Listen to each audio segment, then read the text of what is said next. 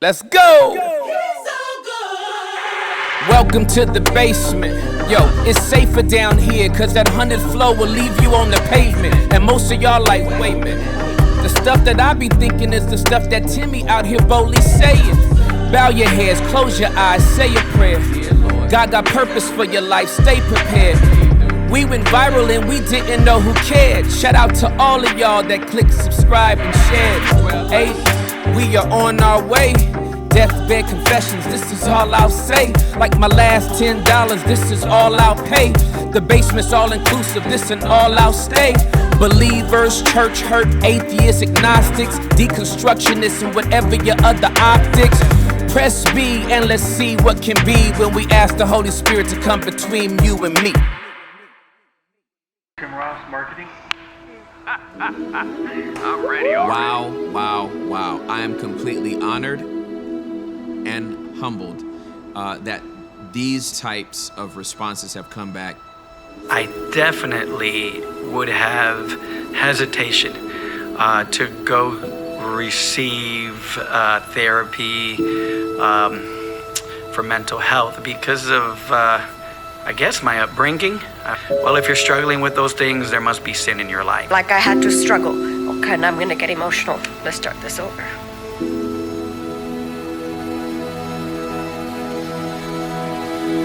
Sorry, but this kind of hits hard. Right out of high school, I joined, I was in the military. There's just a big problem with mental health in the military. You've got a lot of deployment stuff. You've got a lot of,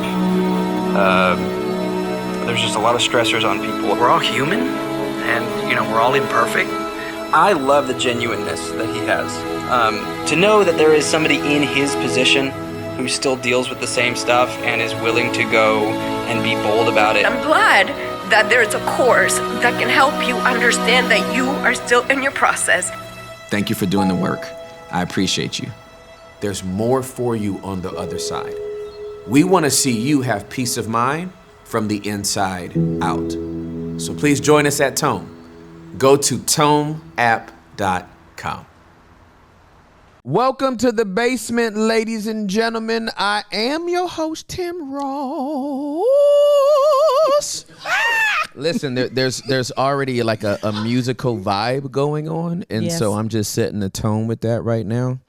I love you. I love all of my people, all of my dwellers, all of my press bees, all of my promoters, everybody that's down with the whole basement philosophy and movement. I love y'all.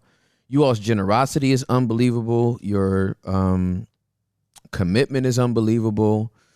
Your desire for discipleship is beautiful. I just love y'all. I'm breathing in the fact that what we have is special and what we're doing is special, and I just love you. Hey, so listen, I have a dear friend with me today.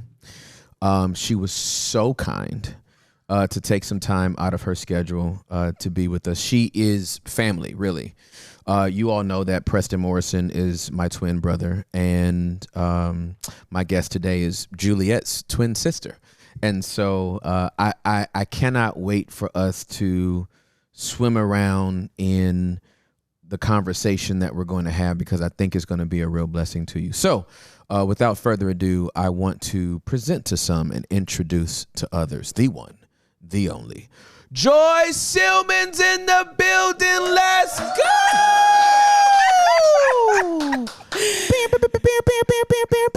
You're way too kind, but you're absolutely right.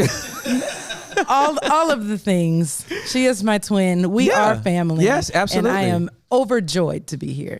Thank you so much. Family. Hey. Come on, this is with me. That's the remix. I didn't know which one. I didn't know which verse it was. Okay, all right. Which bridge and hook. Okay. You were going with. I was just doing the chorus. And then I was making up something. You were like on the reprise. I was on the Diddy remix version. Yes. I didn't know where I just broke out. I told you this is going to be like a sing-songy episode, so it is. Listen, let's go. Hey, so I'm so happy you're here. Thank you for having me. Thank you for taking time. Hey, here's where I'm going to start. I already know where you're going. So y'all see these curls? Do you see the poppingness nature of these curls? Let me tell you who's responsible for me dialing in on the nature of my curls. New hair, who this? Oh! Joy's the one that did it. How did it happen, though? What had happened was Joy came over one day with that, with all them little curls in her head. And I was like, I want those curls in my head. And then Joy said, I can put those curls in your head. So she told me about a Denman brush. Yes. And shout out to The Do. This is a free. This is free advertisement. Listen. Hey, I don't know the lady's name. I don't either, but the product is everything. The product is everything. So shout out to The Do. DOUX. The Do. Mousse Def. What's so dope about these hair products? I feel like we're being sponsored right now. Listen, you sure do. But the names are they are so dope because they're all hip hop names. They're all hip hop names. So this person is heavily influenced by hip hop. They start this company. It's a black owned business.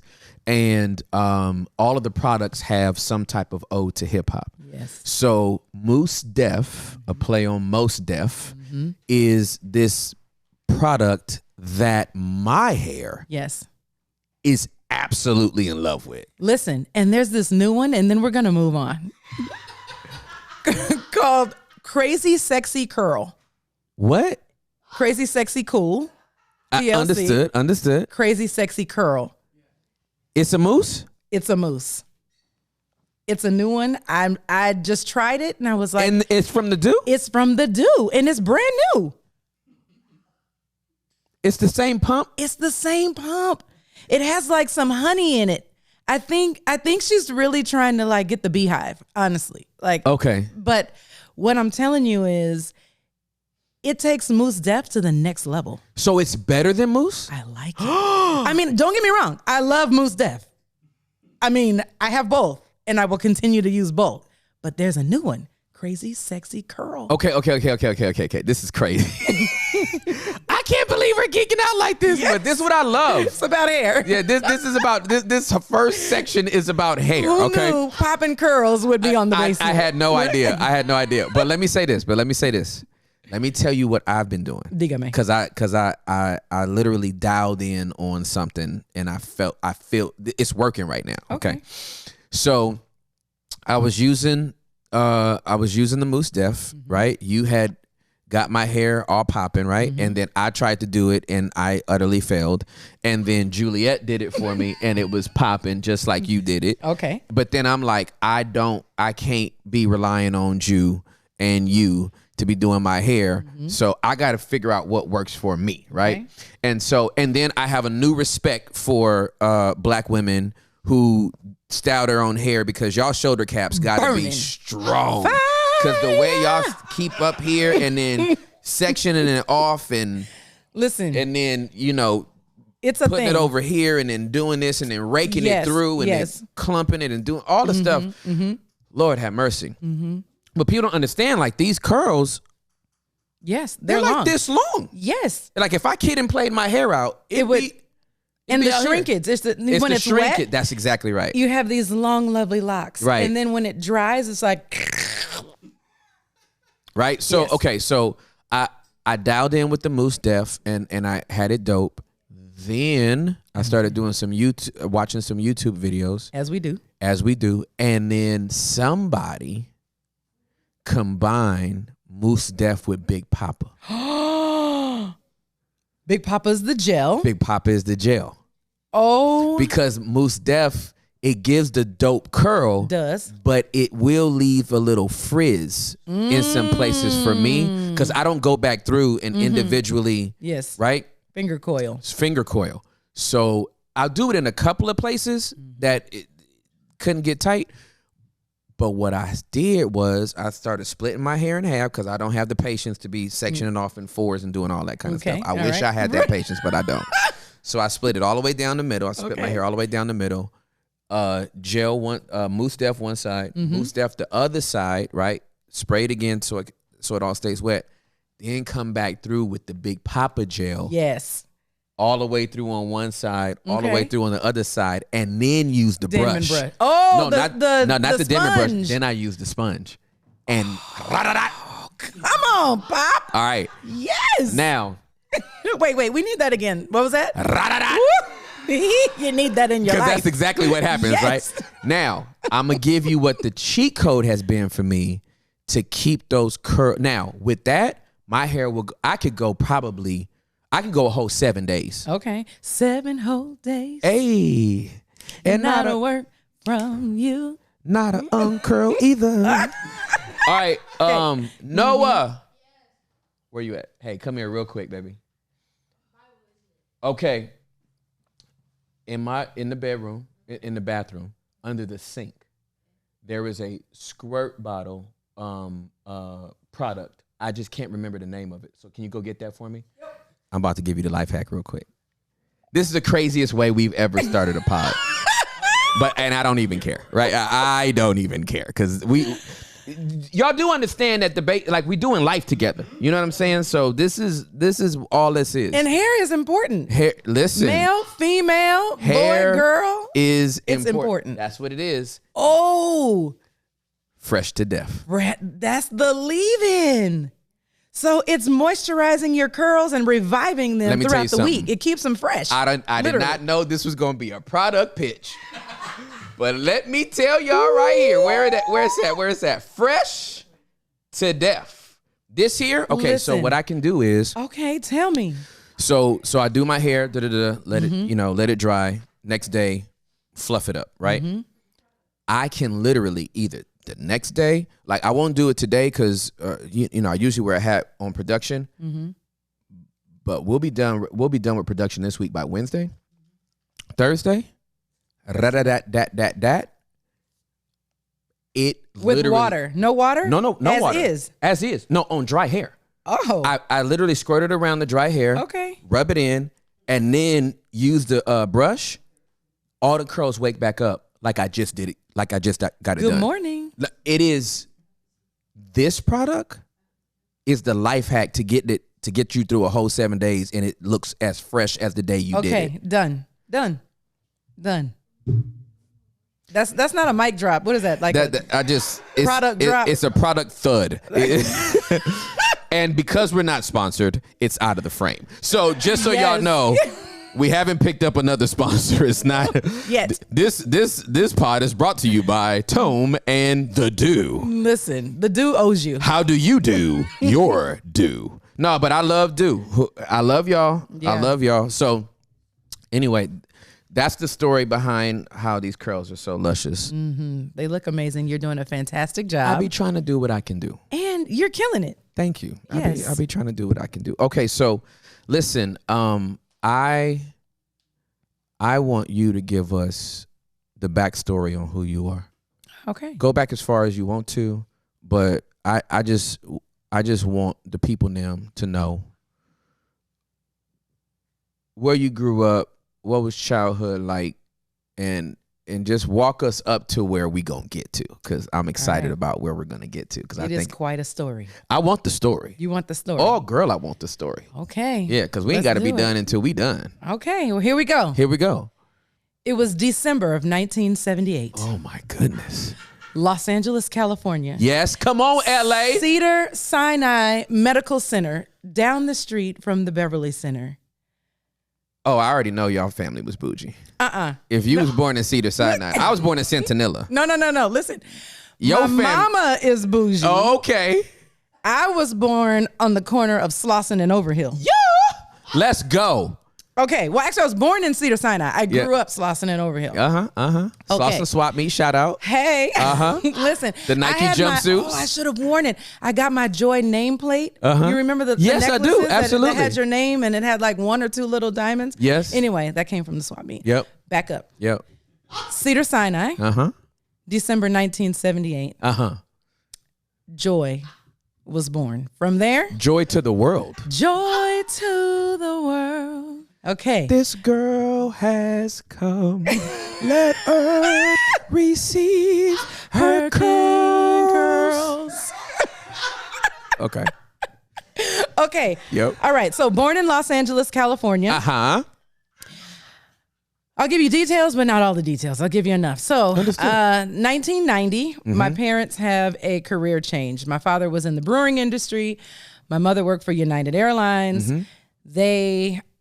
I cannot tell my story without giving a brief history of my father. Yes. My father was born and raised in New Orleans, Louisiana in the 9th Ward. Come on, LA. The other LA. The other LA. Uh-huh. He grew up in a household with 8 children in a 2-bedroom home. Parents had one room, girls had the other, boys had The living room? Living room. Yep. He was the first of his family. He was number 6. Okay. He was the first to graduate from college Wow. in his entire family. Wow. He wanted a better life for himself. He said, I will not become a statistic. Let's go. He had the fortunate opportunity of traveling with some other family. He experienced California. He said, I'm never coming back. Wow. Packs his bags. He graduated from Xavier University. Okay. Packs his bags. Yep. Moves to LA. Yep. Meets my mom. He's like, who is this whippersnapper here? She had the white short Daisy Duke shorts on. Oh, come on, mama. I think, he was like, this ain't nothing like I've ever seen in New Orleans. This LA got something different to it. Yeah. And so, yes, they get married, have me in LA. They're United Airlines, brewing industry. He decides, I want to be an entrepreneur. He had a friend who was already an entrepreneur. That entrepreneurship opportunity was to become a McDonald's owner operator. Holla at me. He becomes a McDonald's owner operator August 1st, 1990. Wow. We move from Los Angeles to New Jersey. Okay, hold on. Yes, Slow down. yes, Okay, pause. let's slow down. Pause. Let's slow I know. It hit me again too. Like it was the first time. Like it's just been announced. Yes. Okay. Yes. Yes. Yes. All right. So slow down and just talk to me about. He's in the brewing industry, right? So he's slanging beer. Beer bottles. Okay, beer bottles. 99 bottles of beer on the wall. Hey, 99 bottles of beer. Okay, so it's a musical today. I tried to tell y'all. Okay, Yes. Okay, here. Okay, beer industry. How many years? Ever since I could remember. So I was about 11 at the time. I know when he first moved to LA, he worked for Polaroid. Okay. I So remember there was, Polaroid yeah, camera. So there was a little bit of time in there, but let's just say, we're going to say 10 years in the beer industry. So a decade in the beer industry, he makes this pivot. I want to be an entrepreneur. You know what? You're right. I know where you're going. You see what I'm saying? I know where you're going. Because nobody just right. goes, Yes. let me park this beer truck Right. No. and go get a McDonald's franchise. Okay. Fair. Okay? Fair. Absolutely. Because I'm watching the whole thing and I'm like, Yes. It didn't just happen like that. Okay. All right. So for 2 years solid, yep. he worked at the brewery for 8 hours a day. Yep. And then he would come. I don't even think he came home. He brought his clothes with him. He changed clothes. My mom, so there are these training books back then. They were about this thick. Yep. She read every single word of those books onto a cassette tape so that he could study going from the brewery to the McDonald's restaurant to train for 2 years. I watched him work 80 hours a week. When did he sleep? I have no idea. He worked his regular job and he worked for free. When you work and you train to become a McDonald's owner operator, you're not getting paid in the process. Right. Spoiler alert. Sorry. Right. Yes. So he worked for free on Venice and Overland. Jeez.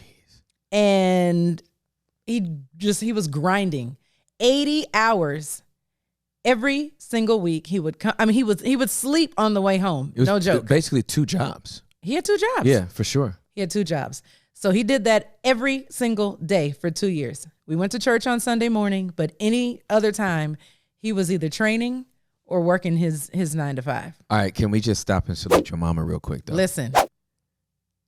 She's That's yes. the realest. That's the realest. She's the real OG. one. Yes. That's partnership. What are you? That. That's partnership. That's support. Child. And it's sexy. Yeah. Yeah. She did. She was like, So okay. she was more than just a pair of Daisy Dukes. She was more than a pair of Daisy Dukes. Look at them girls with the Daisy Dukes on. That's what he was singing. Look Okay. at them girls that can read them books, though. Yeah. You feel me?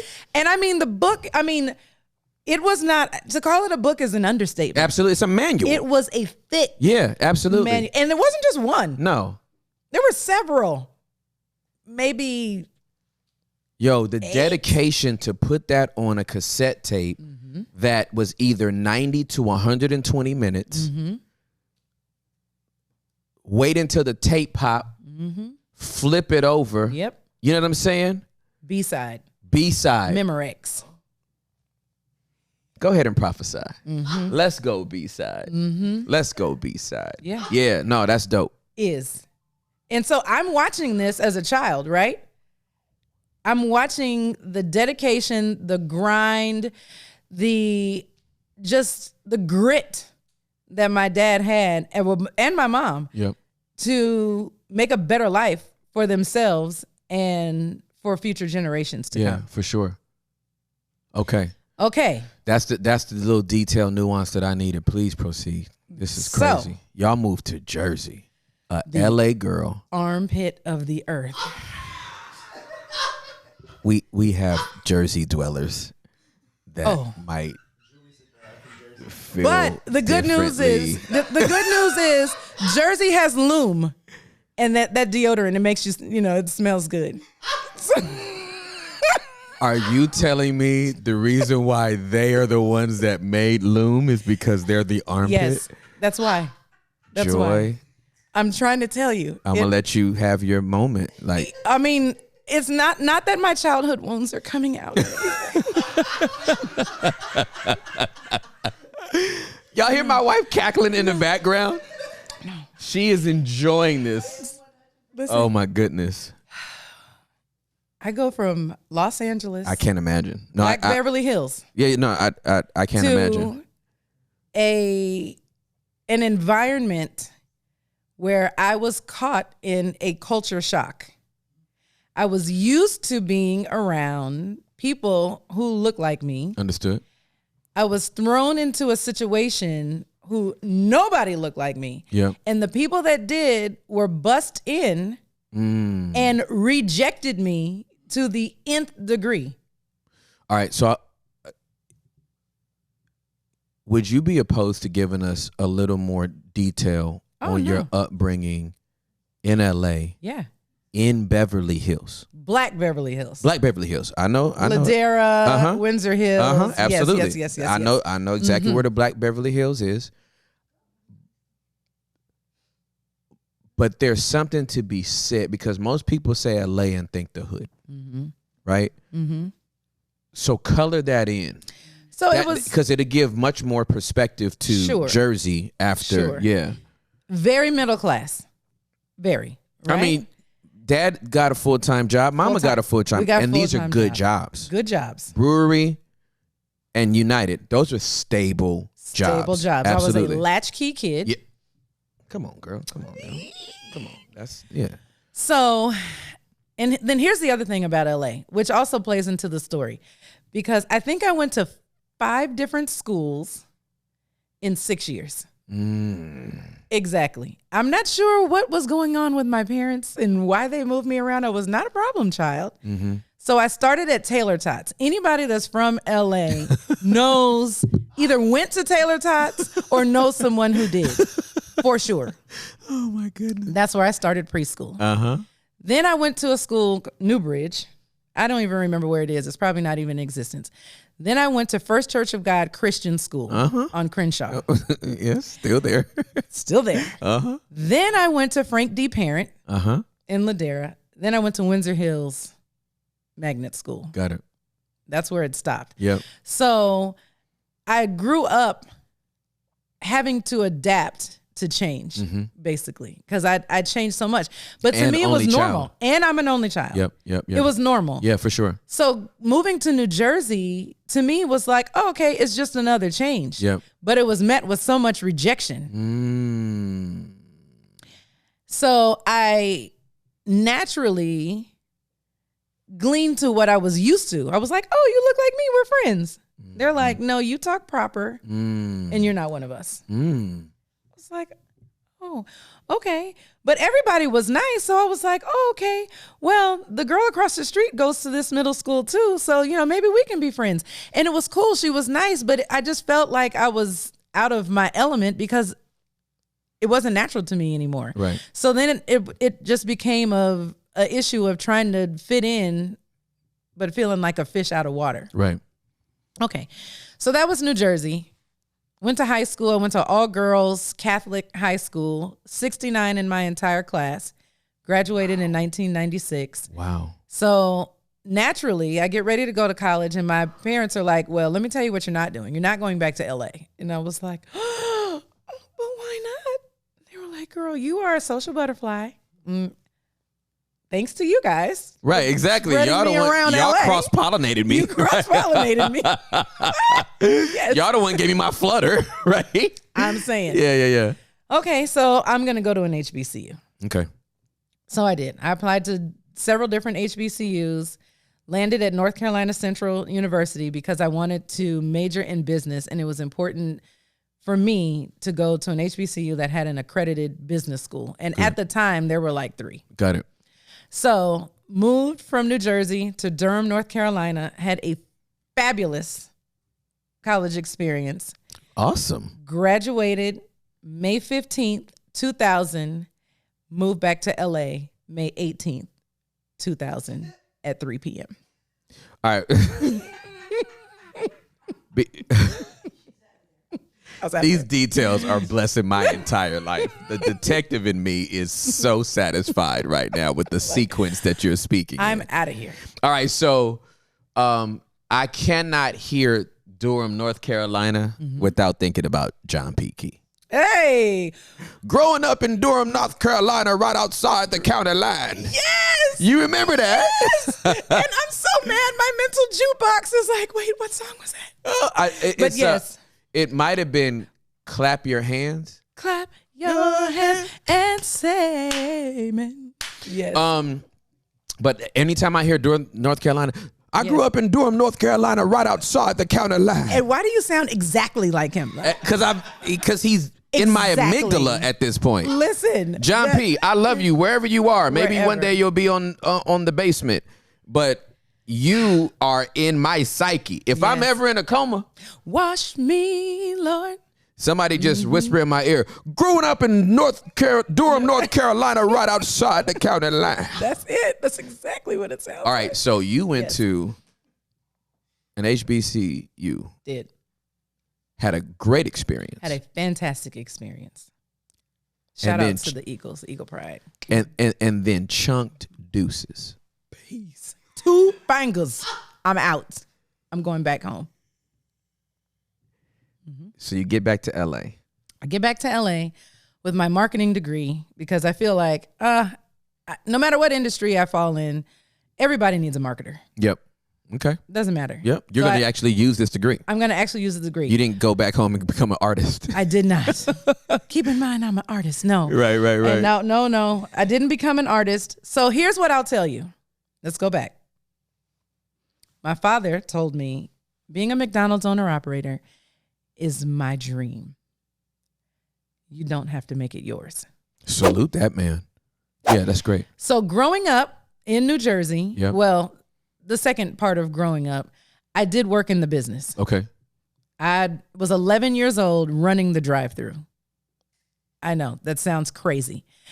I made Happy Meal boxes, and I made sure those cars were moving. And I was the friendliest face they had ever seen. Of course you were. But see, I was also, speaking of detective, I was also low key. So the people who worked there forgot I was the owner's daughter. So when Leroy was giving all these bags of food to his friend, I was like, Daddy. On the way home, I was like, yeah, so Natalie gave all her friends this food. Some of it went out through the drive-through window. Some came through the front, and the other went through the back. You need to watch them. Document. So let me tell you. Oh, y'all, you guys are bringing back so many memories. Okay, No, there's this two is things I have to good. tell you. There's two things I This have is to tell you. good. I think I can say I've been a Christian my whole life, but my first encounter with Jesus happened as a result of that. So my dad was like, okay, bet. At midnight, we're going to roll up to the restaurant and we're just going to hide out. And so what he would do, This 24-hour location or? this was not a 24-hour location, but it must be on the weekend. Okay. Something about, it was really late at night. Yep. So I remember, there's two stories here. I remember my parents and I getting in the car, driving to Patterson, New Jersey, and listening to orders from the speaker, but they didn't know we were there. The workers didn't know we were there. So the customer would get to the window and get their bag of food.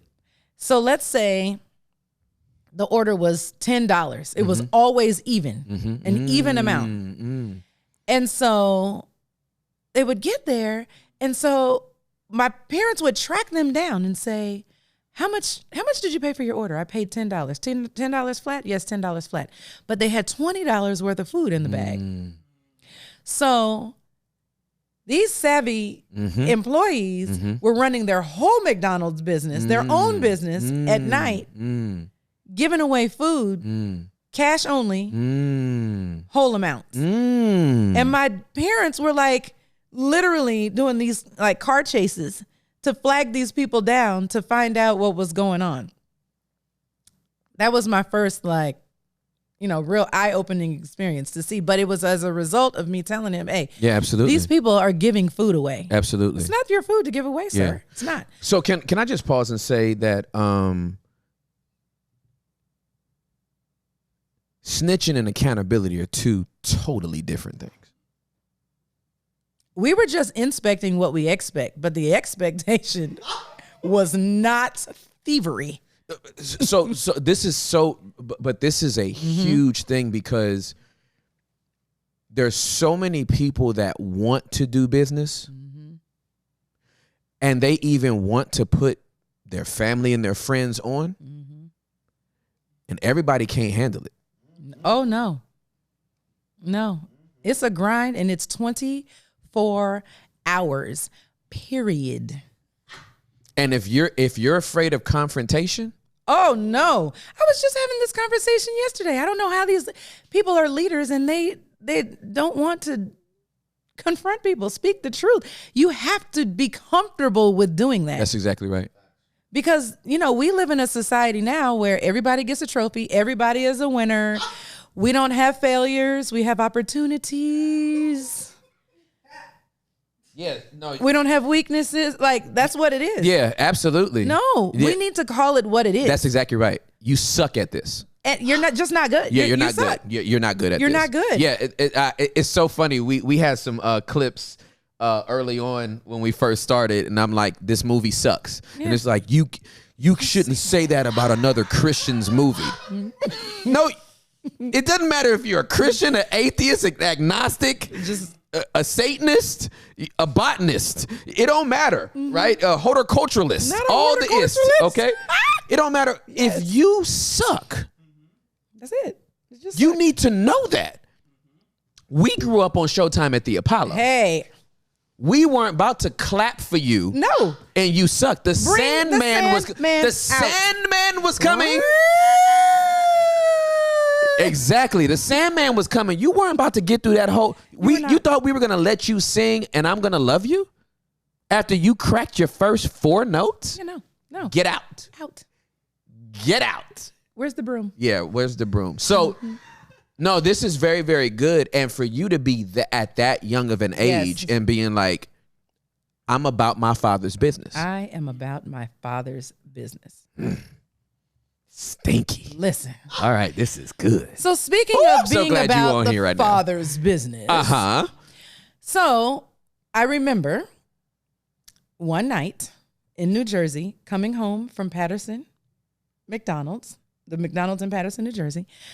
Our car was just on its last leg because just because you're an entrepreneur or a McDonald's owner operator doesn't mean that you just automatically overnight have long pockets. So we had a car that we had to ride until it literally wouldn't ride anymore. This car, I think, had 250,000 miles on it. Wow. Shipped it from LA. Yep. Got ready to go home after a 14-hour workday, and the car it was sputtering.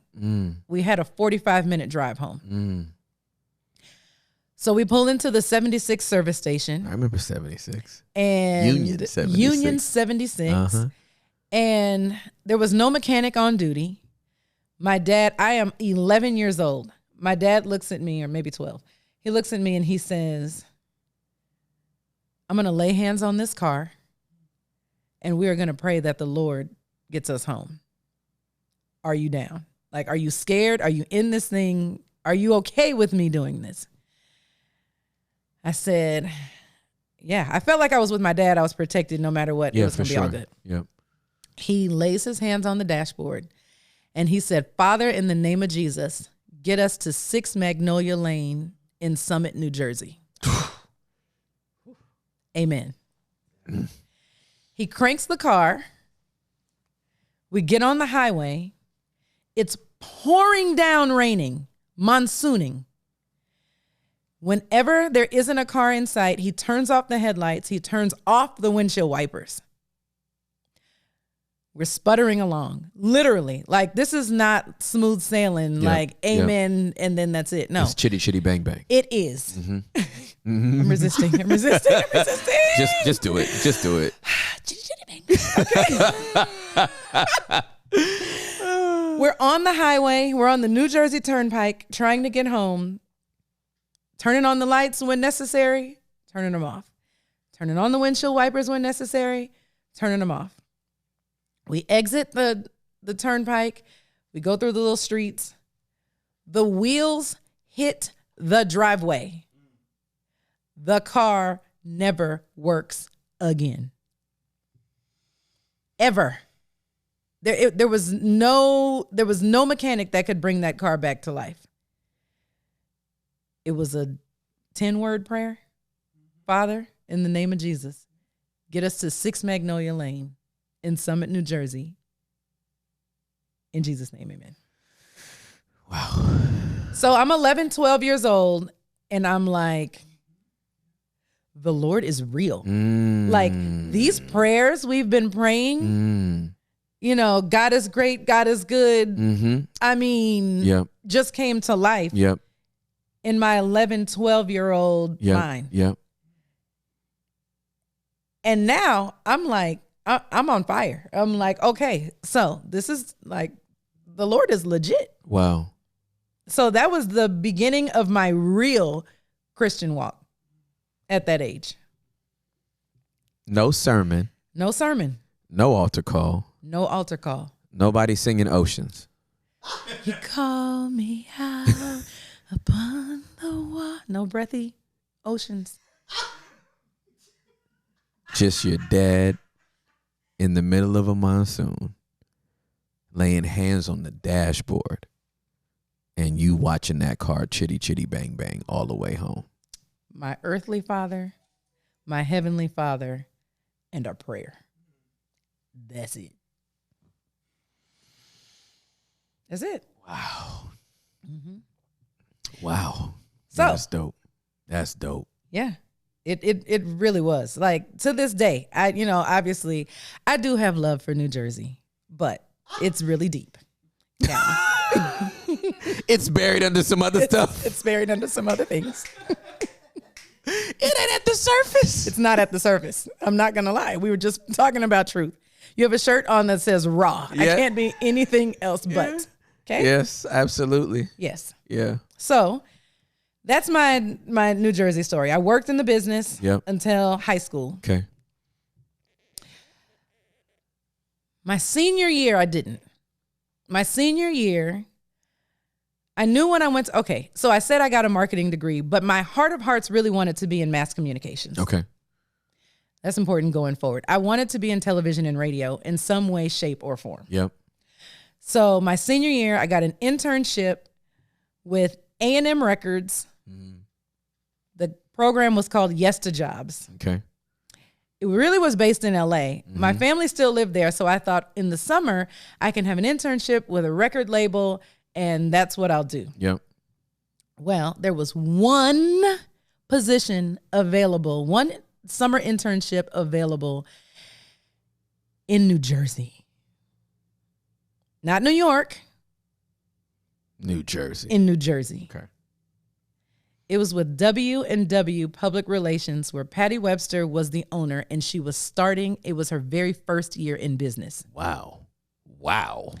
She must have had some connections because our clients were like Patti LaBelle, Halle Berry, Gerald Levert. Wow. Yes. All from New Jersey. All from New Jersey. That don't happen. It doesn't. So she clearly had some connections. For sure. God rest her soul. She has since passed and gone on to be with the Lord. But she employed me. Yep. And as she grew, I was helping her grow her business. I mean, a wee little intern. Here's a funny story. She told me as an intern, first of all, she taught me so many things. I used to think she was the meanest lady ever. She was not. She was brilliant. She would do things like, Joy, come here. She would tell me something and I would say, oh, what did you say? I need to go get a pencil and paper. Don't you ever walk into my office without a pen and paper in your hand. I do not repeat myself. I was like, ooh, okay. So to this very day, especially when I'm at work, I always have a pen and paper, always, to write down whatever it is, because you just never know what's going to come up. All right. So let's slow down right here real quick. Can we just talk about the importance of real mentorship and discipleship, internship, that a lot of things, a lot of ways that we experience people at one season of our life, with the benefit of hindsight, we realize, without that pressure being applied, I wouldn't even have this work ethic. Without that pressure being applied, I wouldn't have this character. Yes. I wouldn't have this integrity. Yes. You said, and the moment, at the time that you experienced her, you thought she was mean.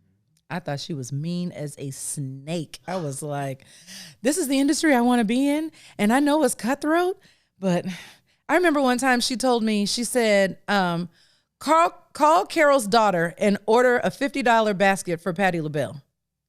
So I'm literally going through her Rolodex looking for a lady named Carol.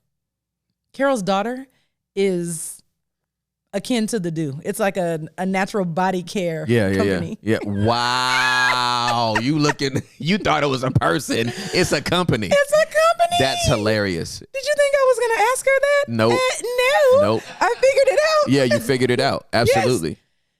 And I really think that's what we're missing, like, today. Everything is like, no, that mentorship, that internship, like, no, you need to teach people. That's right. Business. That's exactly right. And how to handle business. Absolutely. Yeah, and how to be excellent at it. Like, to this very day, there are so many things I think about that she taught me that I was just like, but they have stuck with me. Yeah, absolutely. And now it's up to me to teach the next person. That's exactly right. But we're not there yet. Yep, absolutely. So I leave New Jersey. I go to Durham, North Carolina, right outside the county line. And I'm in a marketing class, and I have a professor ask me, he's like, so, what are your aspirations after you graduate college? I said, I want to be in television and radio. I think I might want to be a radio personality. I did that while I was in college for a while. So this was definitely like the trajectory I was on. He looked at me. He said, what do your parents do? I said, they're McDonald's owner operators. He said, where is your dad from? He's from the 9th Ward of Louisiana. Did he grow up with a silver spoon in his mouth? No, sir, he did not. He said, the audacity and nerve of you to think that you want to be in television and radio after the blood, sweat, and tears that man put. He said, see, that's what's wrong with us. He said, everybody else thrives in nepotism and putting their family on. and growing businesses and creating generational wealth. And here you are, just want to just do your own thing. And you want to be in television and radio. The nerve of you. Class is over. And he sent me packing. And what did I think? He's crazy. He just doesn't get it. He's mean.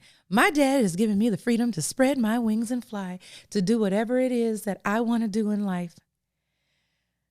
And so I did. I moved to LA. I called I didn't know what I was doing. I had several job offers that I turned down, but I had a girlfriend that called me. That doesn't matter. I moved to LA with no plan, which is also not how I grew up. Like, you have a plan. Yeah, absolutely. You fail to plan, you plan to fail. That's right. Period. Yep. I moved with my aunt to figure myself out and what I was going to do. She's still living there. She's like, you don't have to pay rent. You got 3 months to get on your feet. Okay. And so I'm a very spontaneous person anyway. And especially then, I'm like, I'll figure it out. I went to North Carolina. They were like, you don't even know anybody in North Carolina. I was like, I'll meet people when I get there. Like, yes, you will. You will. yes, it doesn't matter. I don't need to know anybody. Yep. So I've moved back to LA about maybe 2 weeks into being there. My childhood friend calls me. She's working at BET in Washington, D.C., the headquarters for Ed Gordon. News Tonight with Ed Gordon. Yeah, I remember him. Yes. She goes, hey, man, you want to work for BET? And I was like, is the sky blue? Right. Hello. Right. Going back, New Jersey, my thing was watching music videos. My mom was like, Joy, turn those videos off and get your studies, because those music videos are not going to pay your bills. I was like, okay. You remember Jukebox Radio? I mean, do you remember? Yeah, it was just called Jukebox, where you would call a phone number on the phone and dial a number, and then they would play the video. Yes, absolutely. Right? I remember that was my thing. Yeah, right? I remember that. So fast forward, it is June of 2000. Do you want to work for BET?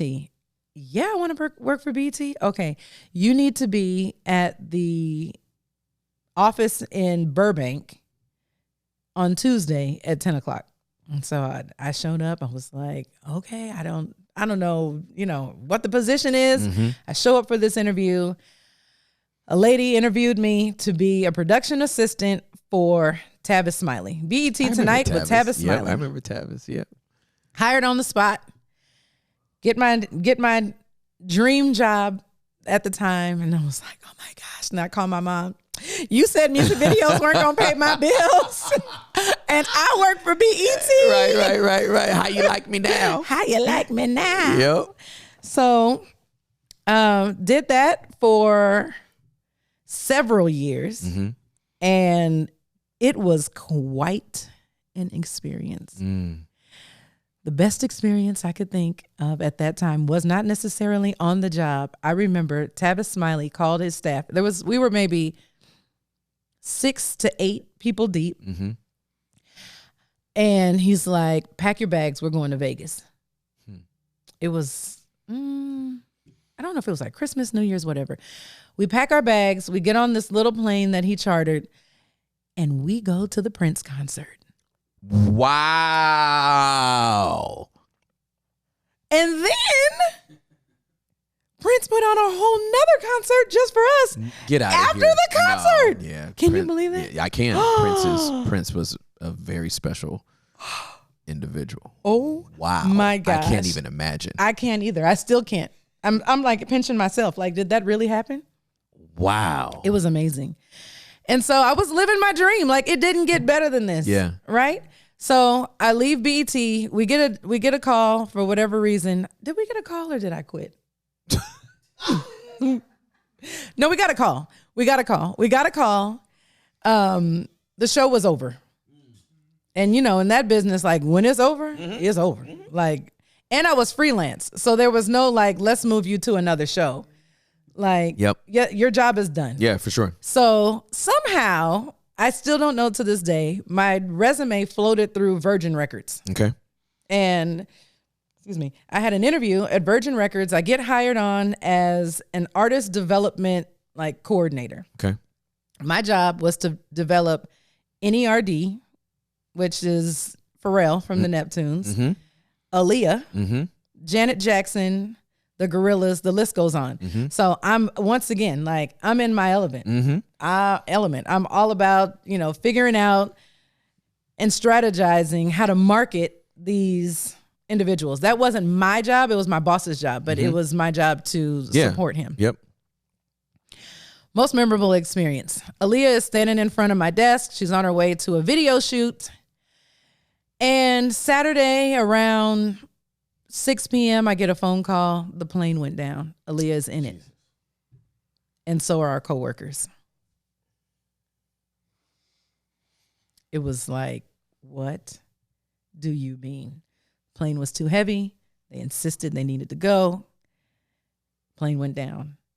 It was the saddest, just most, oh my gosh. I went to work, that next day or that Monday. We had candlelight vigils for everybody because my coworkers were in the plane. So we have a connection there, indirect. Mm-hmm. They were in that plane left from Abaco. Mm-hmm. Juliet and I were in the Bahamas on the day No. that plane crashed. It was such a sad Wow. day and a sinking feeling. I mean, we were grieved. Yeah. I mean, it was, to be that close was Yeah. just so surreal. Yeah. It was just, I'll never forget that day. But we were in the Bahamas. We were Wow. in Nassau. Yep. They left from Abaco. Yep. And that news hit, and we were just like, this is unbelievable. Yeah. Yeah. So, yeah. It was life changing. It was life changing. Yeah. So, it was an amazing experience to work at Virgin Records. Obviously, that part was, I'm speechless still. I still can't really put that into words, but left Virgin Records, went back to BET Mm-hmm. to work on a show called NYLA. Mm-hmm. It was like Entertainment Tonight, or extra, but BET version. Got you. So I go back as a producer, Mm-hmm. and just, that was my dream. Mm. That was my dream. I interviewed everybody under the sun you could possibly think of. I was the chick on the red carpet Yep. that, you could see my hand. Yeah. That was my hand That's my in hand. front of Salma Hayek. That Yes, was my hand in that's front of right. Denzel Washington. That's right, yes. My hand and the mic flag. Right. know. Yeah. That was just amazing. I Wow. interviewed any and everybody, and then it was my job to take all of that raw footage, come back to the edit bay, and put it all together. Yep. In the wee hours of the morning. Wow. At the time, it was Avid. I know it's not that anymore. My producers are shaking their heads in They're like, affirmation. yes. They know. We know They know. Abbott. Absolutely. Yes. Yeah. That's amazing. Wow. And then from there, what happened? The show was canceled. I go and work for ABC, Mm-hmm. Disney. I worked for ABC Tonight. No, ABC Tonight. I worked for ABC Family, Okay. which is a Walt Disney company. Yep. And just worked in ad sales. That was pretty uneventful. It was great because it was Disney, and it was just amazing. Yeah. And then I thought it would be a really good idea to go sell photocopiers. This is That's what I did. okay. I was like, After all ABC, of this. Disney, BET. I think my life has just become a sales agent knocking door to door to sell photocopiers. And of course, everybody in my life was like, what kind of fool are you? What, photocopiers? Really? That's what you want to do? Wow. But let me tell you, it taught me about rejection. It taught me it's going to take 9 no's to get to a yes. It taught me everything I needed to be where I am now. Why did I take that job? Because I wanted to have autonomy, and I wanted to have my own schedule, and I wanted to do all the things that were the most ridiculous things at the time, being 22 years old, 23, I don't know how old I was. young, but ridiculous. I had to set these sales goals. And hold on. Back it up. Because obviously I see everything. I know the dwellers are probably like, we know Tim, you see everything. It's just I don't even know why I say it anymore, but I'm watching a movie. Yeah. And you're basically from 11 to 23. Like I'm legit looking at 12 years of your life. That has been more than the degree you earned. Facts. In 4. Yeah. So let's subtract the 4 years you was in school. And there's 8 years of education. That Priceless. doesn't even include I couldn't even pay for that education. what you got from the college to give you this tool set, these skills, Yeah. this life on the job training, On the job training. right? Yeah. And so you go in to do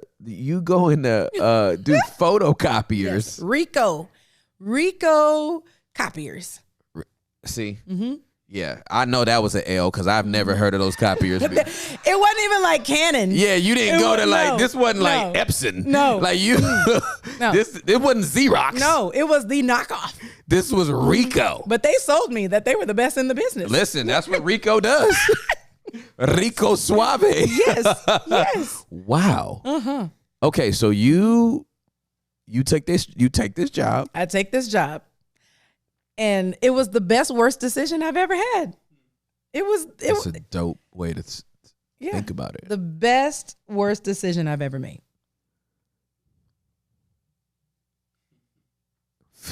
Yeah. That's fascinating. Yeah. So that's what it did. It taught me grit. It taught me tenacity. It taught me the biggest lesson though was rejection. Because if a photocopier guy knocks on your door right now, you probably would entertain him. But the most people are going to be like, yeah, no. And so that's what we did. Yeah. I mean, I got many a door slammed in my face. So eventually you can't take that personal. Right. But it does build grit. It builds tenacity. You got to you got to dust yourself off and pick back up again and not take that personal and move on to the next one. Yeah. Yeah, that's we've been talking about that a little bit lately in terms of this space that I currently occupy as a podcaster. We didn't know that our podcast was gonna be this successful and that it was gonna be on so many people's radars and that people would be, if not interested in my life, for sure investigating it. Sure. And not only investigating it, but then making public how they feel Absolutely. about something I've said or something I've done or whatever. And I know for myself personally, being a battle rapper from the age of 13, my first job I ever had where somebody cut me a check was working for Animal Control in Apple Valley, California. Okay, Animal Control. Animal Listen. Control. Woo! And you ready for the specific assignment I had? Oh, God. Was to take a list of people that had registered their pets and knock door to door on those addresses to see if they were licensed. Listen. I have never got cussed out so many times on consecutive days in my entire life. Yeah. You just cold knocking Yeah. on a door to say you have a pet? Yeah. Does it have a license? What? I don't even know. That'll be $42.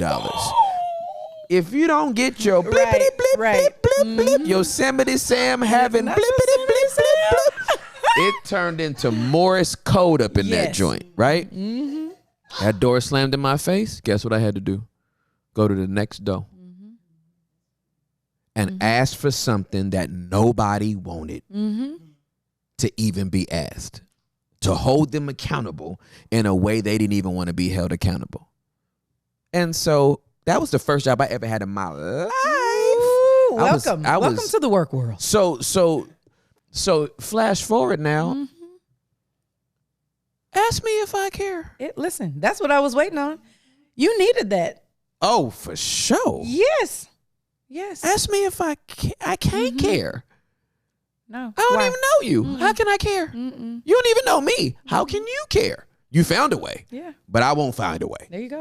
Right? Like Yes. I can't match that energy. Yes. Yeah, no, that's amazing. Who knew that back then That's you right. needed that That's right. for today? Nothing is wasted. Nothing is wasted. All things work together. Yeah. I'm telling you. Yeah, Everything. for sure. Everything. Everything. Everything. The fact that I love the perspective though. That was the best worst job I ever had. Yeah. Actually a great way. Yeah. Yeah. But you're still 23. I'm still 23. You ain't taking this at 33. You ain't taking this at 43. This is 23 years old. I'm 23. Okay. All right. So,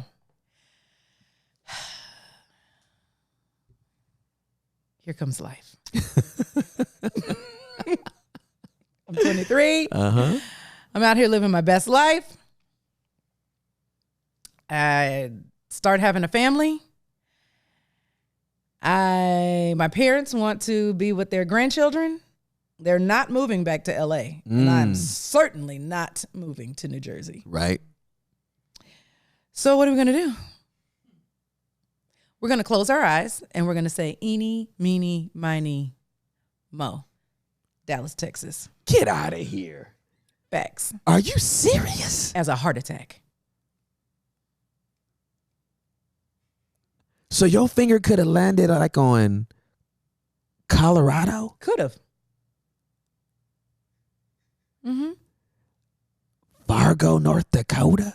Fargo, North Dakota. Could have been a possibility. We're in season 2 of Fargo. A lot of stuff happens when it's cold and people are bored. Ooh. That show is crazy. Listen, that could happen in a bunch of places. It's very true. That could be a part of the story, but we're not going to. All right. So y'all just Dallas. Dallas, Texas. This is the middle. This is the middle. Southwest, Central. Let's go. You down? I think we can make that work. So my dad is, let's see, it's 2005. Okay. And he calls up the corporation. He says, hey, I want to sell my 3 restaurants and move to Dallas, Texas to purchase something there. They said, so does everybody else. Goodbye. Wow. He was like, okay, well, guess. I thought we was coming, baby. I got plane ticket money though. I can you know what I mean? Maybe I can come down We'll once a visit on quarter. birthdays. Yeah. Wow. So Wow. that's how it happened. And in 2006, he gets a phone call from the very person that was like, yeah, no. And he's like, you have 30 days to get here. You need to sell your businesses and you need to become a Dallas, Texas resident in 30 days. Good luck. Get out of Dodge. What? Yeah. So that's what he did. He sold his 3 restaurants to a fellow owner operator. He moves here and he buys 1 restaurant, 705 West Jefferson in Dallas, Texas. Wow. He calls me. He says, I know where that McDonald's is. Do you? Yay. I do. So he calls me. He says, I need you to go check out this restaurant. Because he knows I know the business. Like, Right, I was really absolutely. young, but Yeah, I yeah, still, yeah. like, I get it. Yeah. I know. Yeah. While A great everybody location. else in the 90s was fly girls, she was a fry girl. Oh, I love it. I couldn't let it go. Fry girl. I so was. That's facts. So You loved it, baby. Ba-da-ba-ba-ba. She's loving it. Okay. Okay. So Wow. he's like, I need you to go check this location out. And so I drive up. Obviously, they don't know who I am. I don't even know if I went inside. I parked in the parking lot. I call him from the parking lot. Like, there's no smartphone at this point for me to FaceTime him and be like, hey. I'm like, yeah, I don't know why they're selling this location, and I don't know why the volume is what it is. At the time, this will be This is important. At the time, the volume was like 1.5 million. And I know you don't really have a basis as like what an average restaurant is, but for the sake of the story, just hold that there. So he's like, the volume is 1.5 million. And I'm like, I don't know why. I'm not seeing that. It's in a neighborhood. It's heavily trafficked. There's a Fiesta grocery store right here. There are tons of people walking up and down the street. The math ain't mathing. So I'm 24. He's like, so do you think it's a good opportunity? I said, I think it's a fantastic opportunity. If you pass on this, you're a fool. He's like, bet. He sells all the restaurants, tells McDonald's I'm on my way. He gets here and he agrees. He's like, I don't know why they're selling this, but we're going to make the best of it. So there's a really long dash. I'm not involved in the business still. Yep. I have no interest. I am working a corporate job. I'm being a mom. I did get back into radio for a very brief stint working with Michael Baisden. And I'm just Michael doing, Baisden. yes, remember him? Yeah. I'm just doing life. Yeah. Right? Yeah. And so I know you're going to be like, no, we're not going to skip 10 years. No, we're going to skip 10 years. I mean, we don't have to. Yeah. But it's really uneventful. I'm just living life. Yeah, understood. Okay. Fast forward 2016, June of 2016. No, not even June. Let's say the beginning of the year. I call my dad and I'm like, I'm ready to get in the business. All right, what prompted that though? I will allow you to skip 10 years. Okay, fair. But I need to know Fair. what switched. I don't know that it was really a switch. I think it was more of the recording from my professor. Girl. My dad is getting older. Wisdom is starting to sink in. I've lived a little life. And I'm like, he's kind of sort of talking about retirement. And I'm like, I can't let this dream you've had, this life you've created, these obstacles you've overcome just vanish like a vapor. So allow me to reintroduce myself back into the business. Exactly.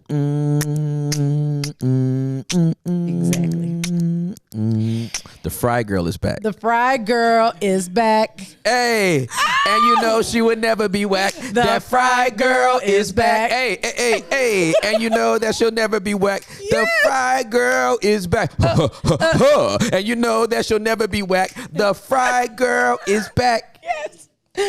The Fry Girl's back. Wow. He's like, no. After this song, after this professor has just popped up in your head. No. He says no. It's not time yet. Ooh. How did that make you feel? Well, I'm like, why not? And he's like, it's just not time yet. Wow. You know, we grew up in like. Absolutely. Yeah. Your parents say something. That's it. Yeah, that's it. Yeah. It's not time because you said so. Yeah, Point blank. I said so. Yeah, exactly. So let's say 6 months go by. I'm persistent. One thing my dad has taught me is you have not because you ask not, and you must be persistent. His first job was at the grocery store, where every day he was like, 10 years old. He's way too young to work. And the grocery store manager is like, we're not hiring. We're not hiring. Every day he shows up at the same time after school, 3:30. He's there every day, ready to work. He has no job. I'm ready to work. We're not hiring. Okay. He comes back the next day. I'm ready to work. We're not hiring. Well, this goes on for so long. Anybody with a half a brain sees that you're going to be consistent. You're persistent. And I have some losers that are working that I wish weren't working for me. Noah. And here you are showing up every single day. Keep it going. You're hired. Keep it going. Well, I grew up hearing these stories. So, of course, what am I going to do?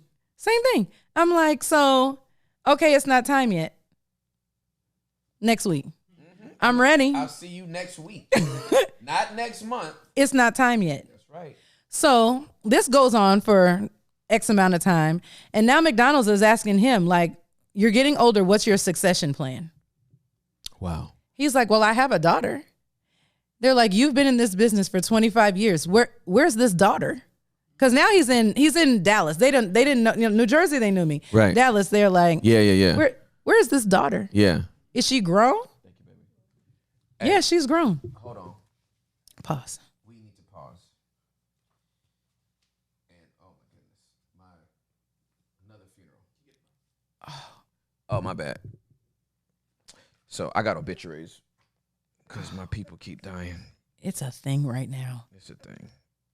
Oh, but I gotta read this. I guess it's always been a thing. But just in case anybody needs Bible,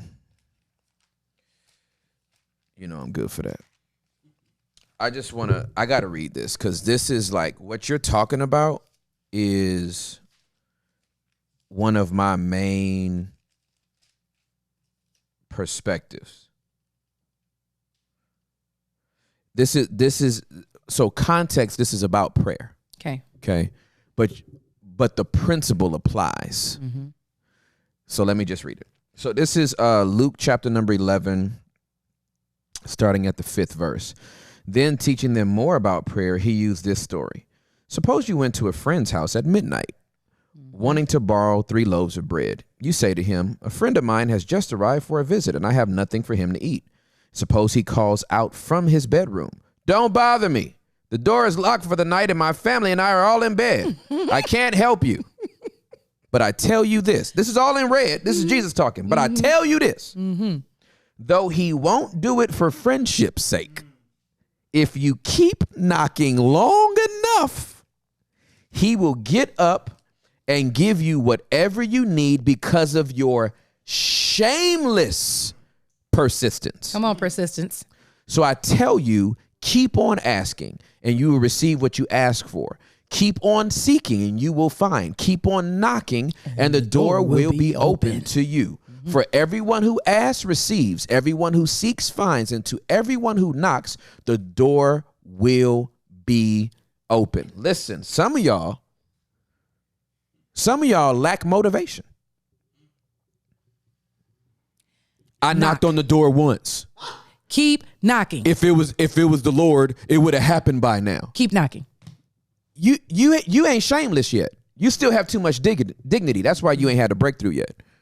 Keep knocking. I know I'm talking to somebody right here. Some of y'all ain't had a breakthrough yet, not because this ain't what the Lord wants you to have. You have too much dignity and too much pride. Woo. You ain't ready to shame yourself yet. Scripture said he'll open it for your shameless persistence. Some of y'all got too much pride. I ain't going back over there. I already asked him one. If he think I'm a beg, if she think I'm about to beg, she ain't the boss of me. If she don't want to give it to me, this is why you broke now. Make it plain. This is why you haven't had a promotion yet. Tell the truth. This is why you haven't leveled up to the next phase of business. This is why you haven't had a growth strategy that has actually worked. You know why? You ain't shameless yet. Keep knocking. Keep knocking. Keep asking. Keep seeking. Because if they don't do it for friendship, they'll do it just because you on their dang nerves. So Noah has gotten spray bottles and Bibles. Does he get offering plates? Because it's time to pass the plate.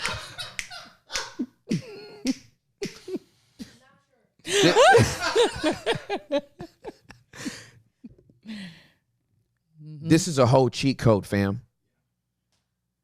This is a cheat code right now. Yeah. You heard this from AJ. Now you hearing this from Joy. You've heard it through a male. You hearing it through a female. You heard it through a Hispanic dude. Now you hearing it through a black woman. Shameless persistence. Yeah. With your own family. Yes. You ain't knocking on no stranger's door. No. Asking, can I get in? Her daddy is telling her. No. It ain't time. It's not time yet. And she ain't getting offended. See, this why I wanted to do my own thing in the first place, because I knew you was going to be like this. You know, first of all, you tell me I can do whatever I want, and then when I want to do it, then you telling me I can't do it. Right, come on. You know. How You know easily that's how can it we is. be offended? Absolutely. How many blessings have we missed because we've been offended? Absolutely. But let me tell you, I was brought up to not be entitled. Whoop. Just because this is what I have fought for, blood, sweat, and tears, Yep. does not mean that I'm just going to hand it over to you. We can talk about legacy all day long, but we don't talk about handouts because we must work so that we can appreciate. We're not there yet. We're not there yet. We're not there yet. We're not there yet. Child. Okay, we're not there. Ooh, this was. Ooh. So let's give it 6 months. All right. It was not overnight. Yep. Don't think it was a full year, but it was not overnight. Got it. So it's not time yet. It's not time yet. Aaron, you're getting old. I shouldn't say that because he's gonna watch it. He's not old. He is a very young soul. Yep. You know, you're getting older. Yep. What is your succession plan? I Yep. have a daughter. Yep. Where is this daughter? Yep. June 2016, I start working in the restaurant from the bottom. Yep. You're not just walking into, just because you have a little bit of experience that's 15 years old. Yep. You know, things have changed. Absolutely. You need to relearn the business. Yep. I will pay you $7.25 to work an hour. Okay. And I wasn't even. I'm married with children. Mm-hmm. Hold on. Hold on to your love. Okay. Hold on. Yes. Okay. Okay. The fry girl Fry girl who has a degree. has a degree from North Worked in Carolina Central television. University. Worked in television. Was a producer. Was a producer. Worked in radio. Worked in radio. Went and slanged Rico copiers. Rico copiers. Read up back into the industry for a stint. That's it. Is married with children. Married with children. Making $7.25. Yes. Baby, the cleaners are here.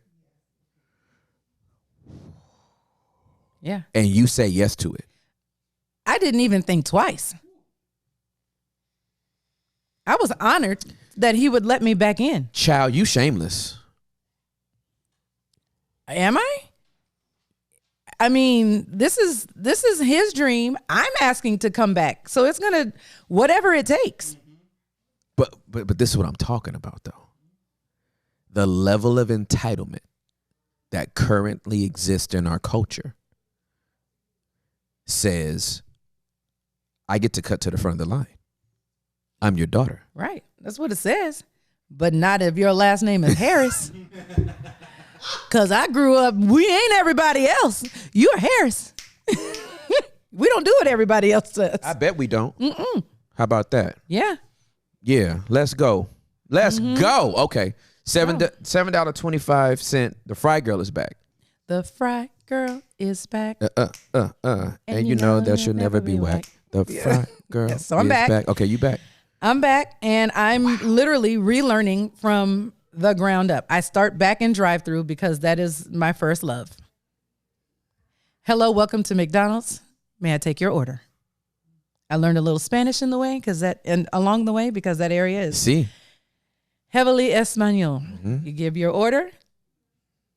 Es todo? See. That's it? See. Okay, that's it. All right, it's ready. Listo. Mm-hmm. Okay. Mm-hmm.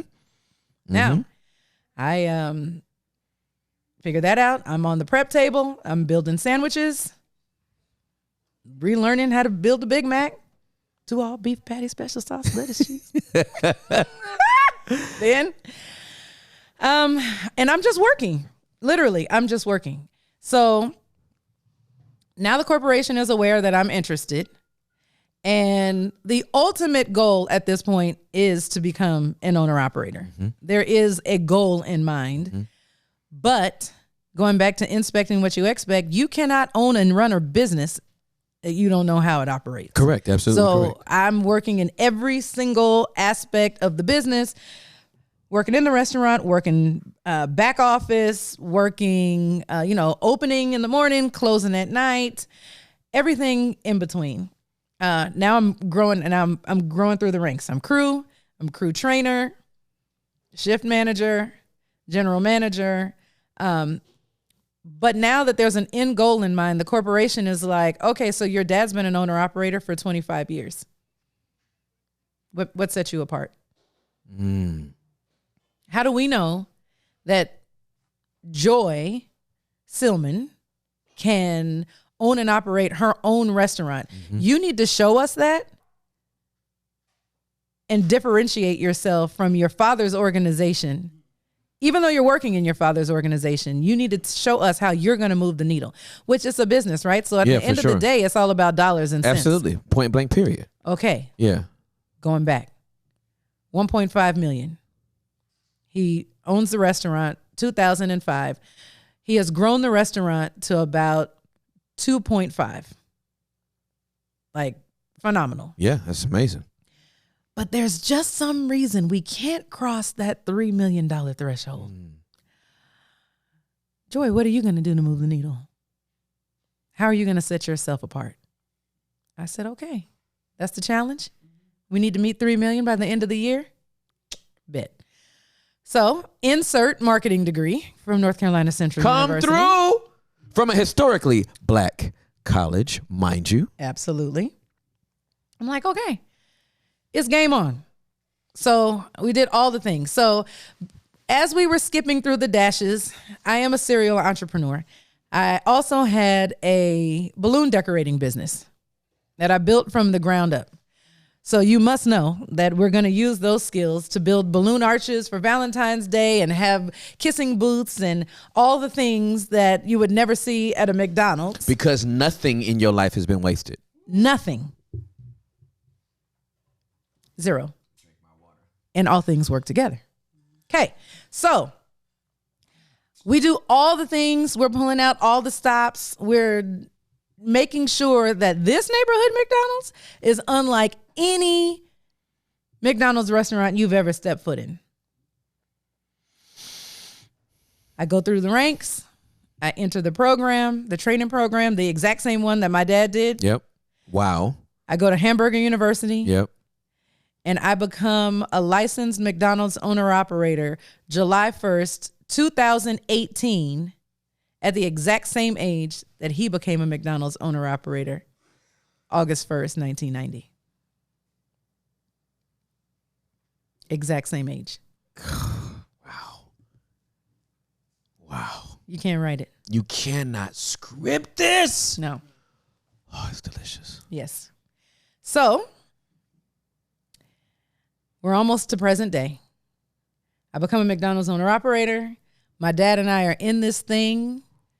The plan is 10 to 15 years together. Yep. Just grinding it out. Yep. Daddy, daughter. Yep. I'm married with kids. Yep. But we all know at the end of the day, I'm always going to be daddy's little girl. Right. Like, we're doing this thing. Yep. He's running back office, financials. I'm running day-to-day operations. Mm-hmm. On July 1st, 2018, we were sitting at the table to sell that one restaurant to buy 4 more. Mm-hmm. At the time, I that was a spoiler alert. I didn't know I was approved. We're sitting there at the bank. He's signing the papers. I'm not signing anything because I'm still in the training program. Yep. We're at the table with the bank. McDonald's calls to tell me I'm approved. I couldn't believe it. I'm like, wow. They didn't know I was at the table with the bank. This wasn't something that, they were like, oh, let's just make this her best day ever. No. But we grew because there's now a greater plan. And even though I wasn't approved, it's just kind of, ebb and flow. You don't know when restaurants are going to be for sale, when they're not. Like, it's all about timing, right? Okay. There's just something I want to make sure we really highlight. Mm-hmm. Your daddy goes to New Jersey. Mm-hmm. Starts with 1 franchise. 1 franchise. Ends with 3. Ends with 3. In New Jersey.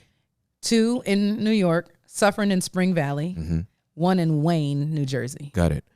So starts with 1, ends up with 3, sells all 3 of those. Sells all 3 of those in 2006. In 2006, moves to Dallas to open 1 restaurant. 1. Off of 705 Jefferson. Ooh, your memory is good. Girl, Yes.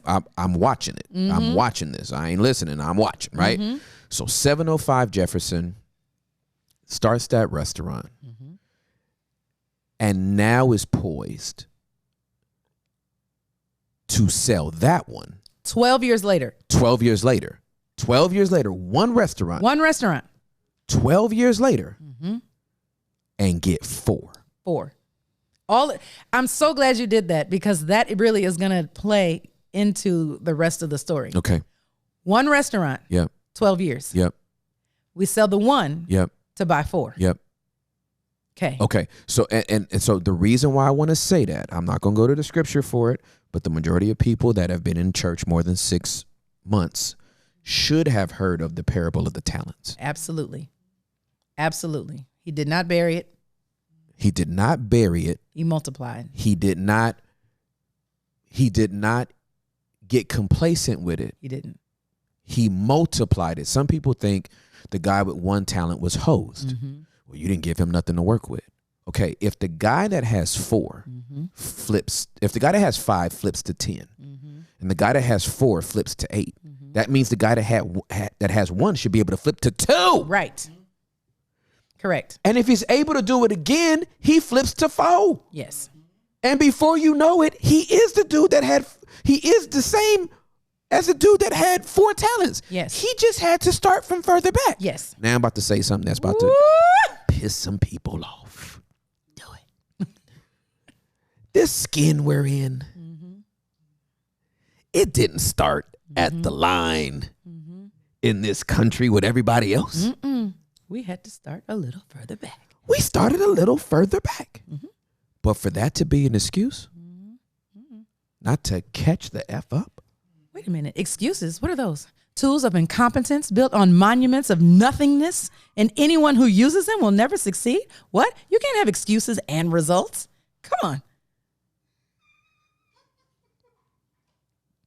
Excuses? What are those? We don't do excuses. No. Not in the Sylvan household. Not in the Harris household. Not in the Ross household. I bet you we don't do that here. We're not doing that. No.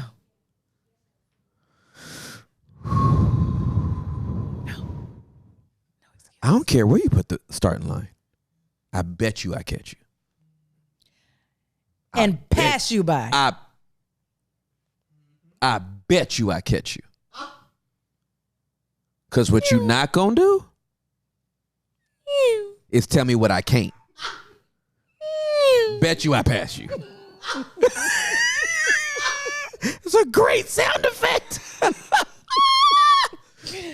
Girl, this thing got me. Ooh.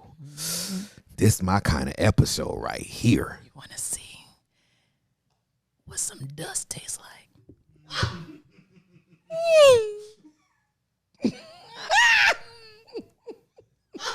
Please keep going. Child, this is good to my whole soul. Yeah. Ooh! This is good to my whole soul. Jesus, Lord have mercy. Let's see. Okay, we're at the table. It's July 1st, 2016. We are selling 1. We are purchasing 4. Let's go. And I just got approved. You can't write that. So, Daddy, it's you and I. Here we go. I know for a fact it's a dream of his that he would have never put on me. He's like, follow your own dream, but I mean, like this is it, right?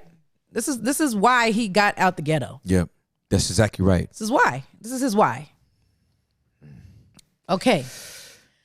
So we're moving and grooving and doing what you do in business. Yep. You know, anytime you buy, at least in our industry, anytime you buy a restaurant, it's going to take a solid year Yep. to get it to where you want it to be. It Yeah. doesn't matter how good it was run prior to you taking it over. Yep. Just culture is different Yeah, for sure. Yeah. based on organizations and That's who right. takes it over. I Absolutely like what I correct. like, you like what you like. That's At the exactly end of right. the day, there is a gold standard that we all must adhere to, That's right. but we all go about it differently. That's right. Absolutely correct. All right. Yes, good. So, 11 months later, I don't even know if it was 11 months. It may have been 8. 8 to 11 months later, phone rings. Hey, Aaron, we have a restaurant I want you to take a look at. It's in Carrollton. Are you interested? Is the sky blue? This is a restaurant that is deeply troubled. It has been at 2.5 for the last 5 years. Company owns it. It's trash. There's nothing we can do with it. Where'd you say the starting line was? Hey, okay, hold on. Girl, it might take us another 3 hours to get through this whole story because I keep stopping. But here, like this needs to be said, especially when it's business, because I'm getting so excited and passionate about this. 2.5 sounds like a lot of money until you realize what the expectations really are. Absolutely. And you're in business. So you're not in business for status quo and to just stay there. Yeah, you're every year you need to be Yeah. leveling up. 2.5 Yes. for 5 years straight 5 years straight. ain't growth. It's stale. Yeah, those are croutons. It's a damn crouton at McDonald's. The bun is a crouton. That Big Mac is on a crouton. It's hard. It's hard and crunchy. This Big Mac ain't supposed to taste like this, right? So no, that's really that needs to be said. That needs to be said. We're in business to make money, We're in business to make money. not to save it. Correct. All right, go. This is not a nonprofit. This is There's a time and place for that, but it ain't this one. Okay? So we take it over. It is a hot mess. Yep. It is a hot mess. So it's 20, what year is it? It's 2018. It's 2018. Yep. Got approved in 2017. Yep. It's 2018. Yep. We're doing what we do. We're getting in there, putting the right people in there, building sales as what's expected. Yep. The end of the story is it now does exceed 3. But that's not the point of the story. Okay. The point of the story is fast forward about a year. We're kind of getting it to where we want it to be.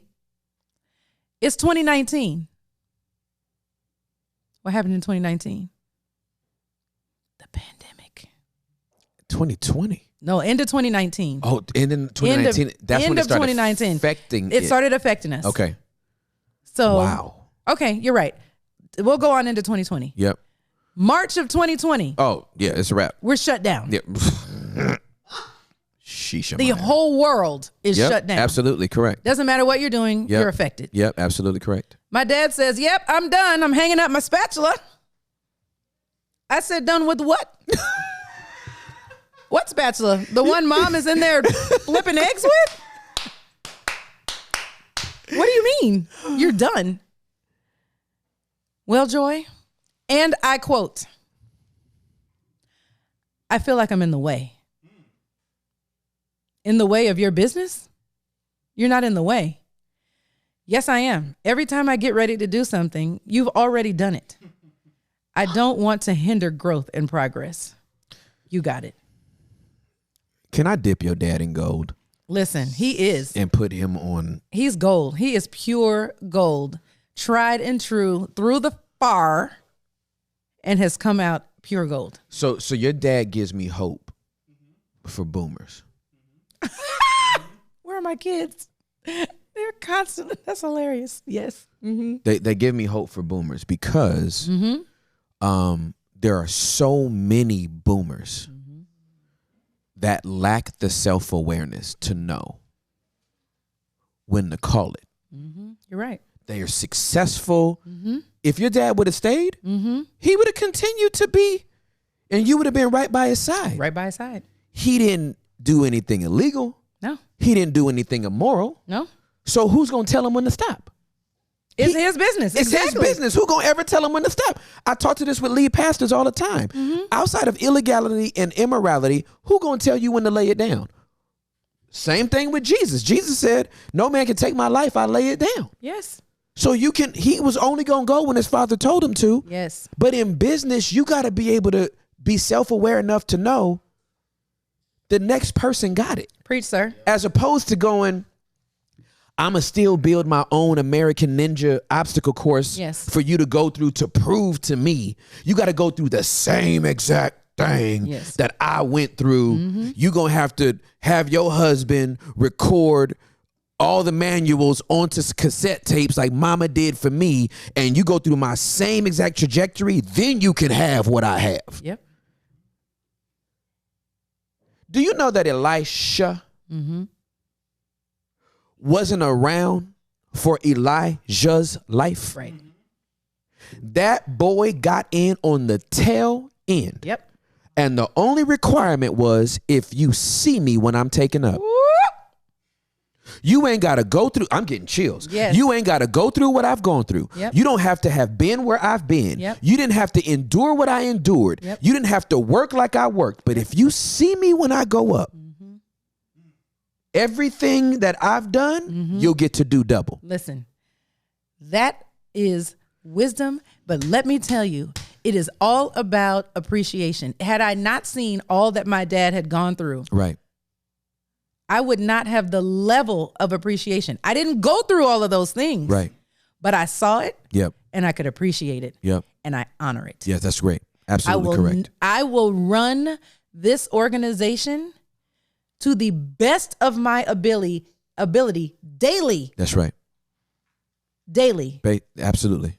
It is an honor Yep. and a privilege Absolutely correct. to sit where I sit today. Absolutely correct. And I Absolutely will, correct. which is why I had to start with his story. That's right. I can't tell my story without telling his story. I can't do it. Yeah. It just doesn't exist. Absolutely. You have to know the full story. Absolutely correct. Absolutely. Because you didn't get here by yourself. I did not get here by myself. Yeah. Our memories ain't short. That's that part. It is up to me to carry the baton forward and continue the journey, Absolutely correct. because that is exactly what it is. Absolutely correct. A journey. Yeah. And we're still on the journey. So cook. I need you to cook now. So- come on and cook. He retires. I become a 100%. We Say skipped. We skipped a little bit. Okay. We skipped a little All bit. right. Well, rewind. Because this is important. Yep. He gets ready to cash out. Okay. He says, okay, How I'm many gonna- stores at this point? we have 5 stores. Okay. 5 stores at this point. We have the 4 we purchased. That's right. The one that came the next year. Yep. We're at a total of 5. Got it. He says, I'm going to sell you 1 in our Walmart location. There's like a satellite. Uh-huh. You know, we used to have them inside of Walmarts. Yep. I'm honored. Yep. Thank you. Yep. We offer some other owner operators, 2 different owner operators, the other 3. Various and sundry reasons, it doesn't happen. McDonald's Corporation comes to me along with the bank and says, what if? What if what? What if you're able to buy all 5?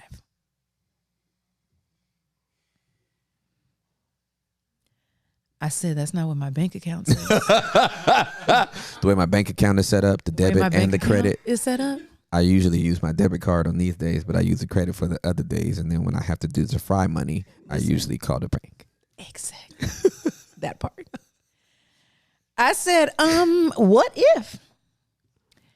Here's the testimony. Nothing in my surroundings said that I was qualified financially to purchase 5 restaurants. But when God says otherwise, He's the owner of it all. I bet he is. The cattle on 1,000 hills. I bet he is. And all the McDonald's restaurants I bet he is. in the world. All the cattle that goes in between all those McDonald's buns. I bet he Listen. is. I bet he is. All the cattle. Every cow that's ever been slaughtered to go in one of them Big Macs or quarter pounders. I bet he is. Listen, what is for you is for you. It does not have to make sense because this transaction made no sense at all. It made no sense. Testify. But the Lord said, What did he say? you're going to buy all 5.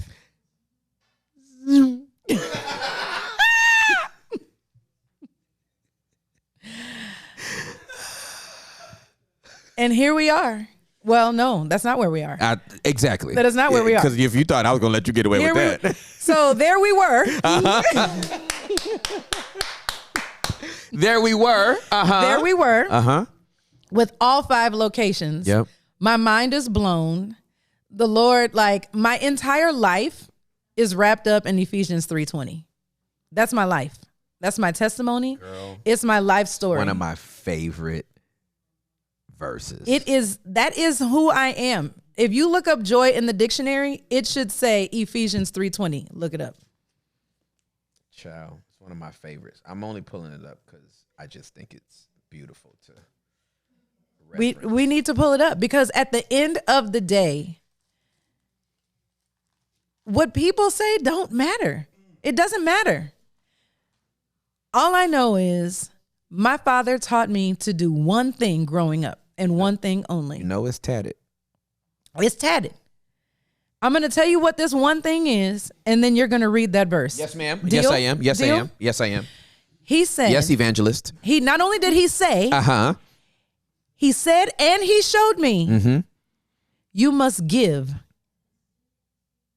the 10th or more to the Lord. Yes. Whether point, that's your time, point blank. whether that's your talent, Yep. or your treasure. Yep. In our case, it had to be all 3. Mm-hmm. It was non-negotiable. Mm-hmm.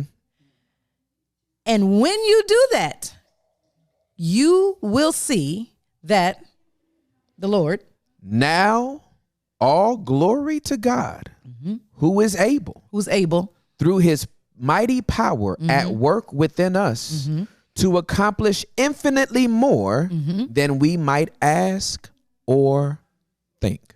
that blew my mind. I could not think that. It never crossed my mind. It never crossed my mind. All I know is I give a 10th of my day before I get started to the Lord. I have done this since I was 11, 12. 11 or 12 years Yep. old. From that miracle on that dashboard. From the miracle on the chitty, chitty, bang, dashboard. bang. Every job I've ever held, I will not spend a dime at 7-Eleven buying gas. I won't buy a loaf of bread before I give the Lord his. And I will not let a need pass by on my path go unnoticed. If I have it, I will give. Yep. And what I know is that's the standard I grew up with. That's how I live.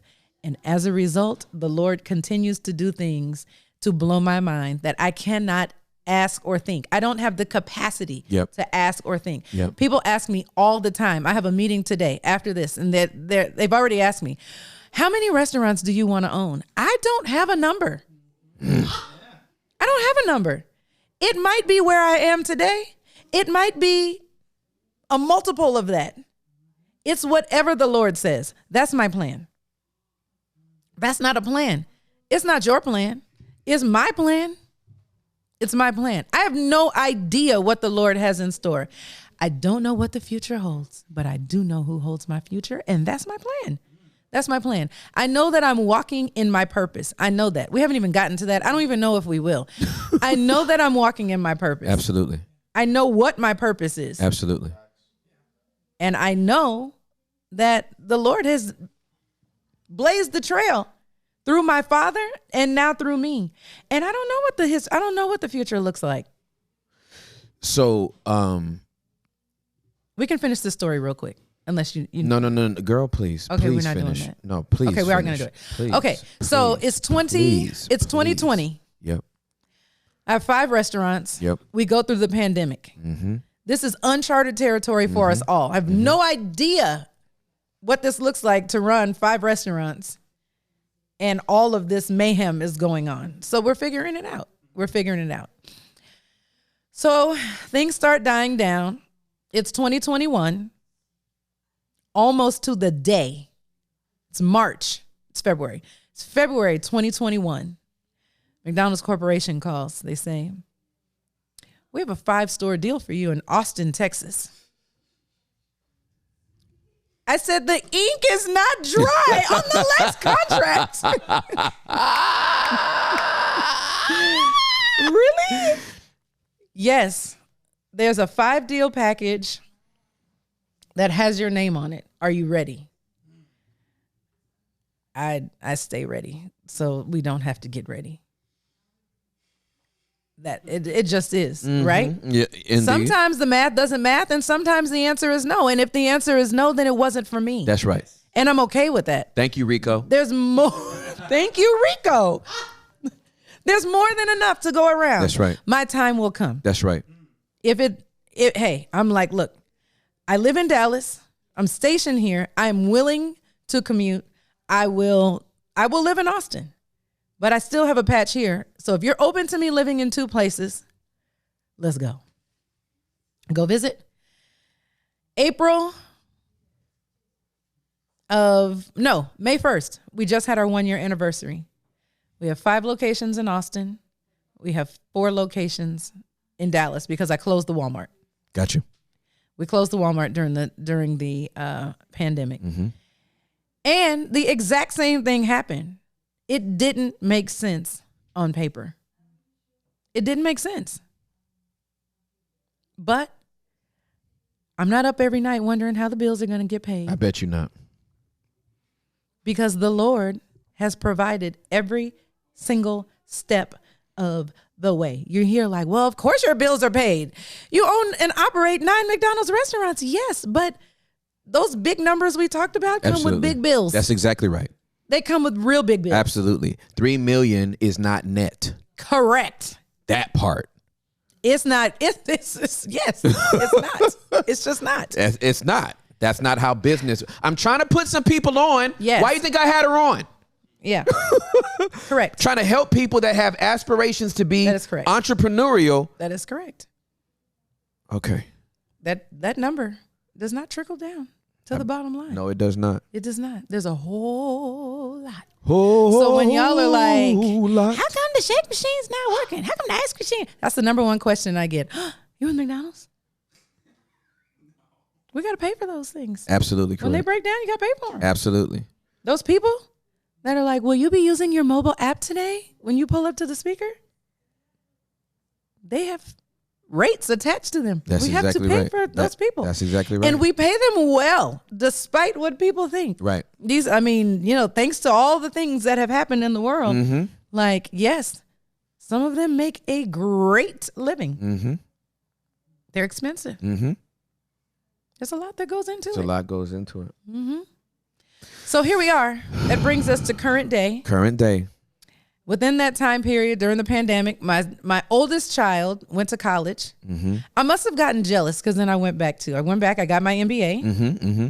My youngest is in high school. Mm-hmm. He's almost on his way out. Mm-hmm. I have an amazing, supportive husband that works alongside of me. Mm-hmm.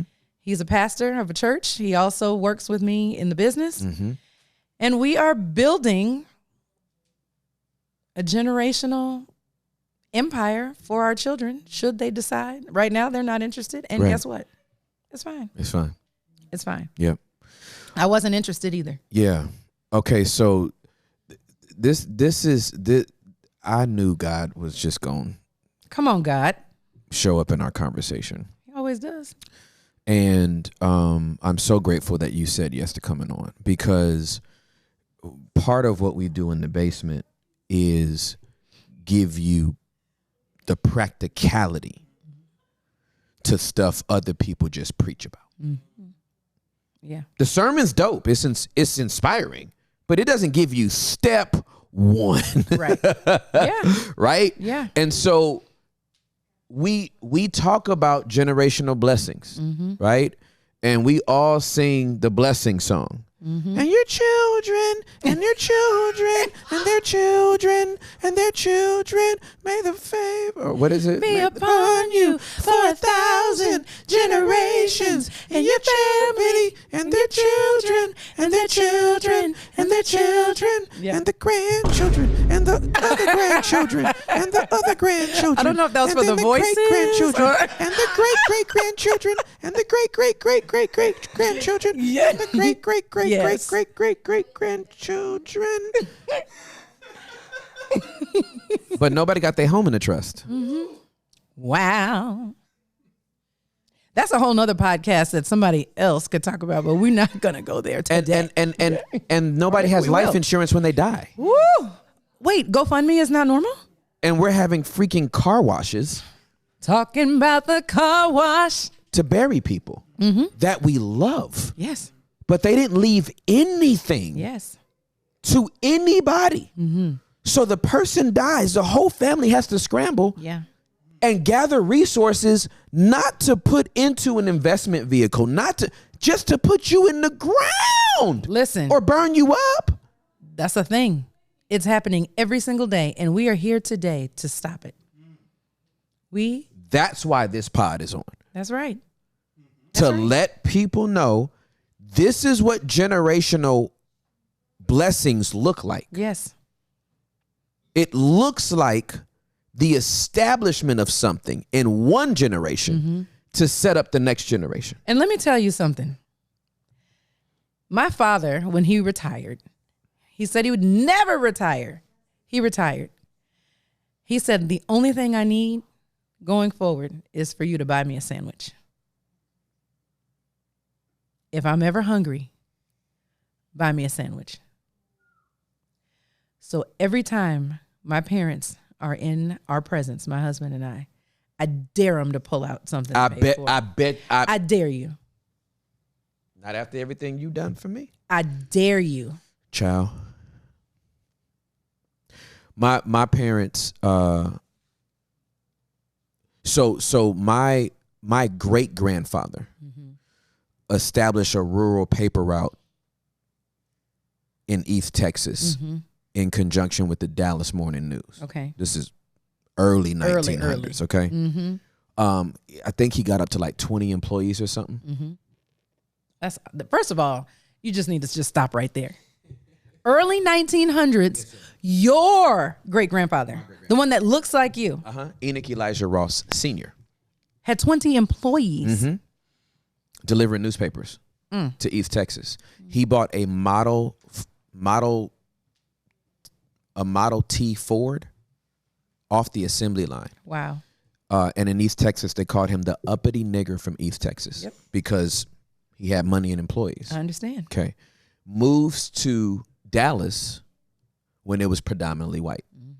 Okay. Before the white flight. So across from Grand Avenue.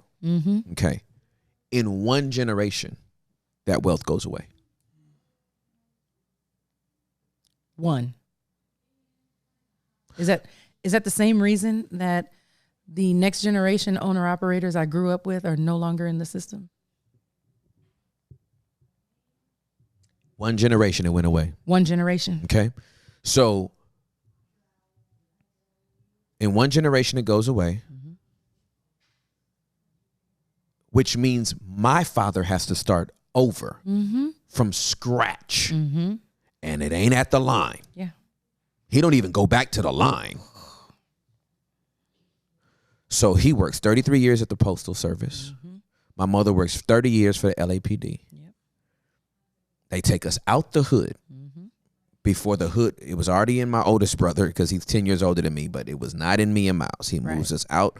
They move us out and put us in school, and all the way through in between my 11th and 12th grade year, the hood had crept to those suburbs. Yep. They didn't even go 20 miles out again. They quantum leaped us 66 miles into Apple Valley. 2 hours from Vegas, okay? Apple Valley. Put us all the way up in the desert and was like, y'all gonna figure it out. I was a C student. I only got a high school diploma. I graduated from an alternative school, but I've always had a work ethic. That's it. And I was like, I gotta figure this out. I gotta figure this out. I was put on the earth to make money, and I have to figure it out. So I give my life to Jesus. I start preaching. And I'm like, if this is what you're supposed to do, then nonprofit is different, and God, I'll do whatever you want me to do. And for almost 30 years, it was nonprofit. And then in 2020, the summer of 2020, the Holy Spirit said, I want you to start a for-profit. And I'm like, that scared me. I was like, for what? Like, you know what I mean? Like, I don't know what I'm supposed to do with that. He said, start a for-profit. So I started the for-profit. I didn't fund it or nothing. I just was obedient. I just got it incorporated, right? Started the for-profit summer of 2020. The end of 2020, December of 2020, the Holy Spirit said, I need you to open up a bank account for this for-profit. And then I got more scared. You're like, what are you requiring of me? Right. I'm about to go to prison. Like, I didn't know. Because all I know about nonprofit is like, don't go to jail. Right. You know what I mean? Yes. So I'm like, okay, I don't know what this is supposed to be. So January of 21, he says, fund the for-profit. I said, okay. And he said, and dissolve the nonprofit. So now I'm petrified. I'm like, what are you asking me to do, sir? It's my first time kind of processing it in this way. So I feel like some tears coming. Just, they might come, they might not. It doesn't matter. So I let that account dwindle. I take out like the last $400. And I take $100 and walk into Bank of America and fund the account to fund the for-profit. I'm getting out of the car, and the Holy Spirit said, I can now water some seeds that you have sown. Listen. That were never going to grow in this nonprofit. Oh my God. And so I'm like, oh, okay, Lord. So I go in there and fund this for-profit with $100 in February of 2021. February. Okay. I dissolved the nonprofit in January. I funded it the first week of February 2021. In 11 months, that for-profit made $350,000. Don't tell me what God can't do. Now listen, y'all. Listen, y'all. This is prior to the Lord telling me to transition to church. This is prior to this podcast popping off, because that didn't happen until 2022. In February of 2021, with $100 funding that account, my brain unlocked. I started thinking about stuff I could never think about or do in a nonprofit space. Ephesians 3:20. Exceedingly abundantly above all that I could ask or think, according to the power that worketh within us. So I said, ooh, this 350 was nice. What you want me to do with that? Grow the business. How I'm supposed to do that? The next year, podcast. Now there's stuff that I can't even talk about yet because not time yet. It ain't time yet. It ain't time yet, but it's going to be time. But here's the thing. The Lord, through my parents,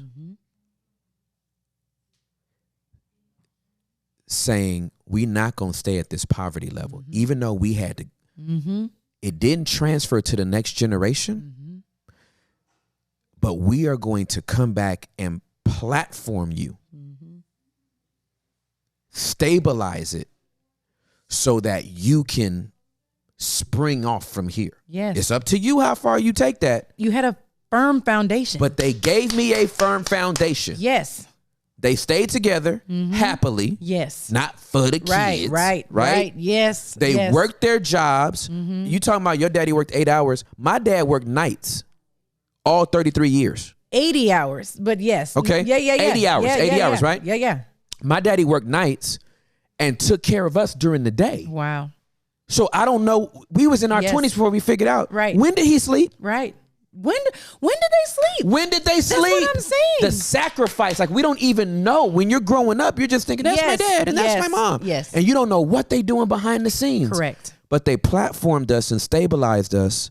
And it was almost like the Lord was like, I'm going to give you the opportunity to pick up this generational blessing that was dropped. Now, this is the part where we have to be honest with our family line. Yes. Right? Yes. We have to honor and be honest. Yes. Between my great grandfather and me, Yes. somebody dropped it. Mm-hmm. They didn't even like hold it. Like, Right. I wish you would have just stayed McDonald's for 5 years, 2.5, right? Right. But you went to like 80 grand. Yeah. yeah. It was dropped. It was dropped, right? dropped. The ball was dropped. My parents picked it back up and said, we can't make up the difference based on where this was dropped, but we can stabilize it. And then you get to decide how you gonna take it to the next level. So now, what I'm able to build through this for-profit is nothing I was ever going to see in nonprofit. Ever. I would have never seen this. Tell the story. Tell the story. We are going, we just spent a month in Australia in February. Yep. We're going back As you should. in July. And I'm taking our whole staff with us. Listen. Just the blessings. They just ooze. But see, the thing about you, Tim, that I don't know if the people know or not, going back to giving and generosity, that is who you are. That's who your entire family is. So the Lord cannot help but to keep pouring into you, because everything he pours, I think you figure out a way to pour out even more than what you had received. Well, here's the thing. The reason why he can give it to me, because he knows he can get it through me.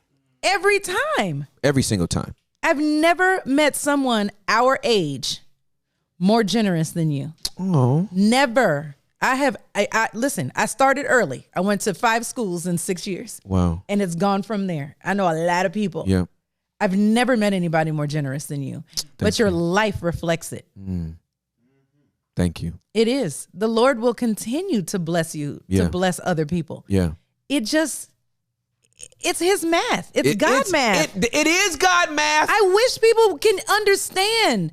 You know, people are like, I ain't gonna give to the church, or, you know, wherever. And it's like, and it's not even just the church. It's having a posture. That's right. And having a generous heart. That's exactly right. And not being stingy. That's exactly right. Giving and not expecting anything in return. That's and exactly even right. if you receive it, you don't even have to, don't take it. Just That's keep right. it. Exactly. It's a mindset of generosity. It is. And if it's the one thing I wish people could just grasp in life, it's to be generous. Yep.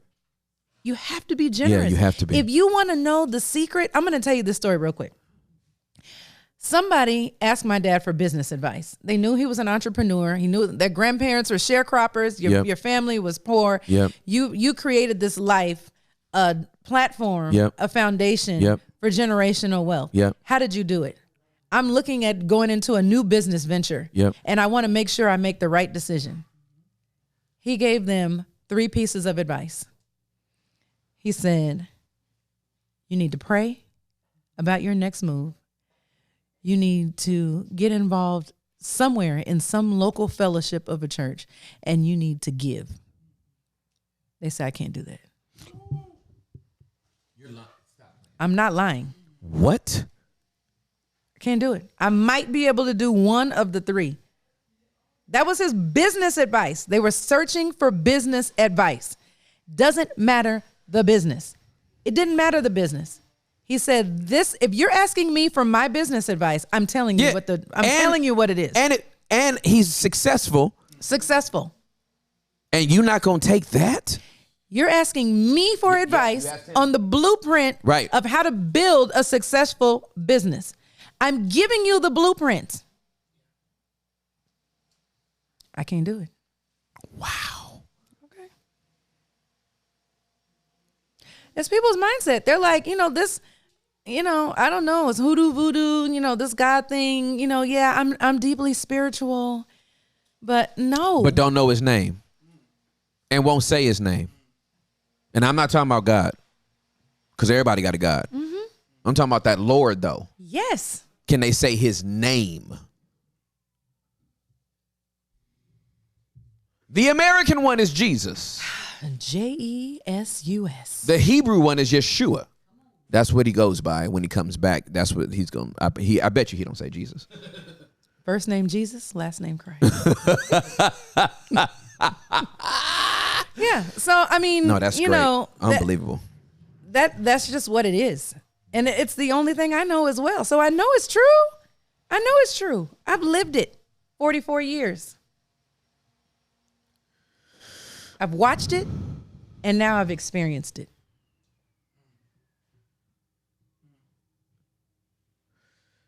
Man, this whole episode is a Two life hack. things. Generosity and gratefulness. You have to be grateful. You have to be grateful. There's no such thing as like handouts, being entitled. You will not appreciate what it is that you've received. Listen, if you can't work for something, you can't be trusted with it. Listen, my first car. At this point, my parents could buy me whatever car I wanted. They said, we will not buy you a thing. You will work for your car and you will pay for it in cash. If I give it to you, you will not appreciate it. So, that's what I had. I had a 1996 Honda Civic that I worked for. I saved my money. I bought it. I'm not giving you anything. I will give you some things, but I'm not just going to give you so that you just don't appreciate. I will give you a blueprint. You will have to follow the plan. How do I want to say this? You didn't get a car at 16 handed to you. No. You did not get a job handed to you. No. And I had to work. I got fired too. He fired me twice. I forgot that until just now. He sure did. And he didn't even blink. He was like, you're fired. Why am I fired?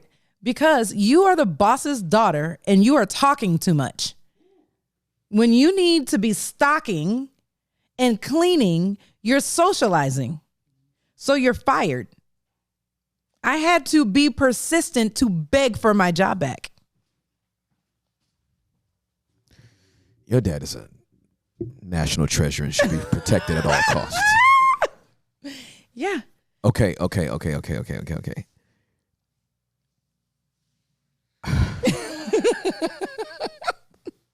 Dad is a national treasure and he needs to be protected at all costs. I'm not giving you anything. You will work for everything. I had to work for it. You had to work for it. You will by default have some level of, I can't even bring my lips to say it's not a handout. You will be the recipient of some of the luxuries I have afforded because this is. Yeah, absolutely correct. This is just now your life. Yeah, absolutely. But at the end of the day, you're still going to work. You're going to work. Listen, my kids know this. One of them is sitting right here.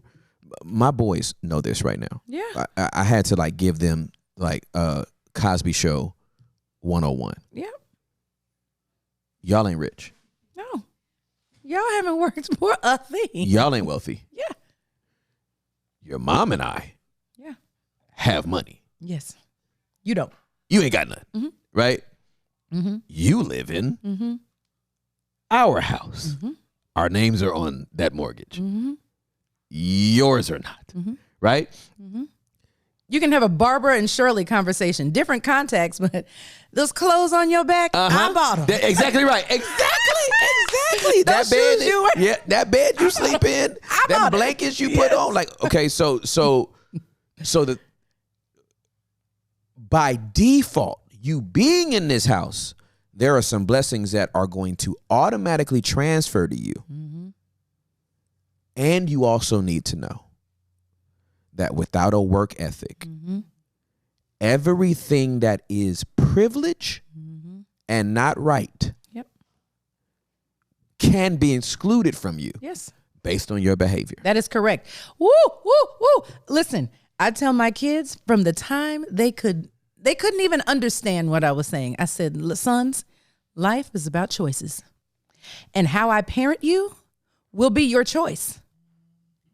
It's about choices and consequences. That's all it is. You make good grades That's right. and you make good decisions. Yes. You will have a good parenting experience.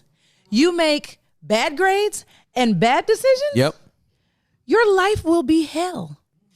I will make sure. I told both of my boys that you have decisions that you will make, Yes. and I will respect those decisions. Because God gives us free will and has to respect our decision. Absolutely. So I'll respect your decision.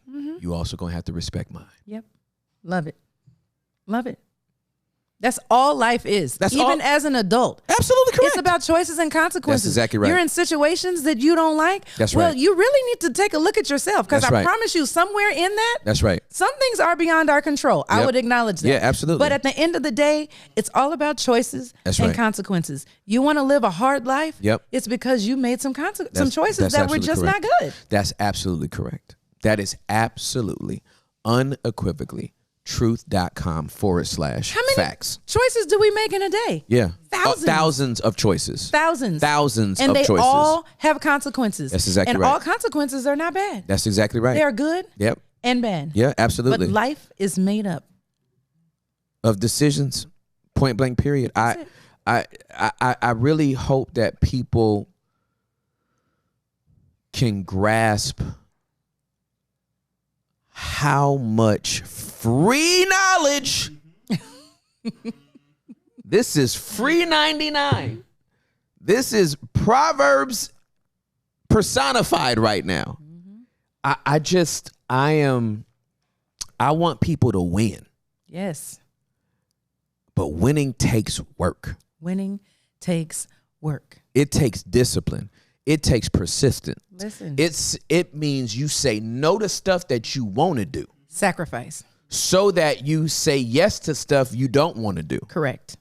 so that you can get to the place where you can say yes and no to almost anything you want. Yes. But you can't do that if I got to keep it real. Yes. Keeping it real goes wrong. Dave Chappelle tried to tell y'all in his skits, Listen. when keeping it real goes wrong, because you don't want to pay no dues. You got to pay your dues. And it ain't pretty. And the things we see, I mean, it's so cliche, but, we talk about, well, you see my glory and you don't know my story. Nobody knows that, at 1 o'clock in the morning, I get a phone call because a crackhead ran through the glass door. And at the end of the day, I got to figure out how to fix it. Home So- Depot ain't open. So you telling me that you're not sitting up barefooted with somebody doing your nails Listen, every other day? absolutely being not. fed green grapes. Absolutely not. Because you're an entrepreneur with Absolutely 9 not. restaurants. Absolutely That's not how that's working right now for Listen, you. honey, listen. It is a daily grind. Yes, it is. It's a daily grind. Yes, it is. And we get no days off. That's exactly and right. people, and all the time you're like, you need to take time for yourself. And you do. I'm Yeah. an absolute proponent of that. Yep. But when I signed my name, Joy Silman, on that dotted line, I'm on 24 hours a day. The buck stops with you. It does. Point I have a blank, period. whole organization, but at the end of the day, they're going to look at me Yep. and say, these are your restaurants. Absolutely correct. They're not going to be like, oh, I'm so sorry the crackhead ran through your window. I mean, got a running start too. I'm weak. Backed all the way up. I don't mean with his car. I mean with his body. What did he want? Some fries? He was hungry. Oh. I guess. I mean, I don't know. Was he going to cook himself a McGriddle? Listen, he was in the kitchen. Let me tell you something. That McGriddle, Have you had it with chicken? The chicken and waffle. I don't Or pancake. So this is the love of our relationship, right? I don't fool with McDonald's at all. Right. I fool with Joy. Huh? But I don't mess with McDonald's. Huh? Huh? But that doggone McGriddle? Yes. It's good. He called me one day Listen, going somewhere. I He was be like, I'm desperate. I fiending. need to eat. What Yeah. should I order? I be fiending Not fiending. for a McGriddle, and when I go to a restaurant that doesn't have 24-hour breakfast with that on the menu, I want to turn the tables over. Listen, come on, table turner. I want to be Jesus in the temple, flipping over the tables. How dare you deprive me of McGriddles? Yes. Ooh, a McGriddle sound great too right now. Dang. Who got a you got a restaurant around here that serve breakfast 24/7? I don't. Dang it. Open more restaurants, Joy. From your Sign your lips to life God's ears. Listen, no, this has been like, I'm so thankful that you shared this story the way you shared your story, with the timeline, with the ebbs, with the flows, with the wisdom, with the knowledge, with the insight. Remember, that's what we learned last night in Proverbs, the insight. Like generational wealth takes a decision for more than one generation. Yes. Daddy can't pass it off if you don't want it. Mm-hmm. And you can't receive it if he don't pass it off. Absolutely. I think people, we say stuff in sound bites in church, but we don't understand what it is to have a family business that's in its 5th generation. Yeah. And the child grows up and says, I might run around for a decade, but I'm coming back here. Yeah. Yep. I'm coming. This is where, because you didn't get to you ain't on 1,000 acres without Right. that family business. You didn't take a trip to Cabo without the family business. Yep. And then to what your professor said, Yep. you gonna grow up and be like, Right. thanks for the trips, Dad. Wow. Thanks for the memories. Deuces. Hope it works out for you. The audacity. The audacity. That stuck with me. The audacity. You know, I It saw stuck him with me. 2 years ago, that professor. Did you really? I did. And I thanked him profusely. Did you buy him a sandwich? We were at a banquet. He had a sandwich. Okay, he had a sandwich already. He had a sandwich. And I mean, to be completely That's really honest, good. I don't think all his mental faculties were there, but I didn't care. Yeah, absolutely. You're gonna thank him anyway. That's I right. thanked him. That's right. I thanked his wife. That's great. I was like, listen, that never left me. Yeah. It never left. It had such a profound impact. Being a little 17-year-old girl in college, you know, it went in one ear and out the other. It did not. Yeah. It stuck with me forever. Yeah. And it's one of the reasons why I'm here. Listen, I want to say this because people dream about like taking care of their parents and stuff, right? I'll never forget. This is 2012. You know, I had been praying for my parents to move to Texas for a while, and my mom was the one that was like, I ain't feeling it. You know what I mean? She's from Birmingham, Alabama. She's like, Sure. if I come back east, I'm going back home. Right. Right. I'm not coming to Texas. So I just kept praying. And this was the end of 2011. I'll never forget. It was December of 2011. And I said, Lord, I need you to open up a door for my parents to come to Texas. Because my mom was finally ready to come. And I was like, okay, she's ready to do this. And the Holy Spirit said to me, I am going to open up a door. And I'm like, thank you, Jesus. Like, I really appreciate it. Like, God, thank you. And he goes, the door is you. Yep. Here was my response. It wasn't, I can't do that. Right. My response was, then I guess you're going to have to give me a raise. Because The math ain't mathing right now. the math ain't mathing, so I guess you're going to have to give me a raise. He was like, So I called my parents back end of December, still end of December. You would have thought I got drafted number 1 overall for the Los Angeles Lakers. Oh, come on. I said, I'm gonna, y'all about to move out here. And so I thought I was paying for them to like move. Right. Like I'm gonna cover the expenses and all, cause I can budget like nobody's business, right? I ain't no mathematician, I ain't an accountant, but I know you need to have more coming in than you have going out. I know that much. Yes. Okay. And my accountant does the rest, right? Yes. So I'm like, okay, Lord, how am I gonna do this? I was like, I'm gonna pay for them to move out here and all that kind of stuff. And he goes, you are. You're gonna pay for them to move out here. And then when they move out here, whether they are renting or owning, you are going to pay their rent and or mortgage for the rest of their lives. Yep. I said, I don't know how you going to do that either, but if you say so.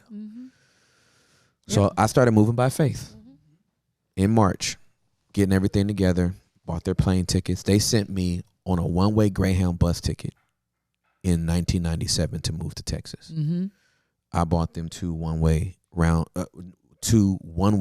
first class tickets from Cali to Texas, had their cars shipped, white glove treatment on the move. Absolutely. All they had to do was point. Absolutely. That goes there, this don't go. Excellence. And it was white glove going and coming.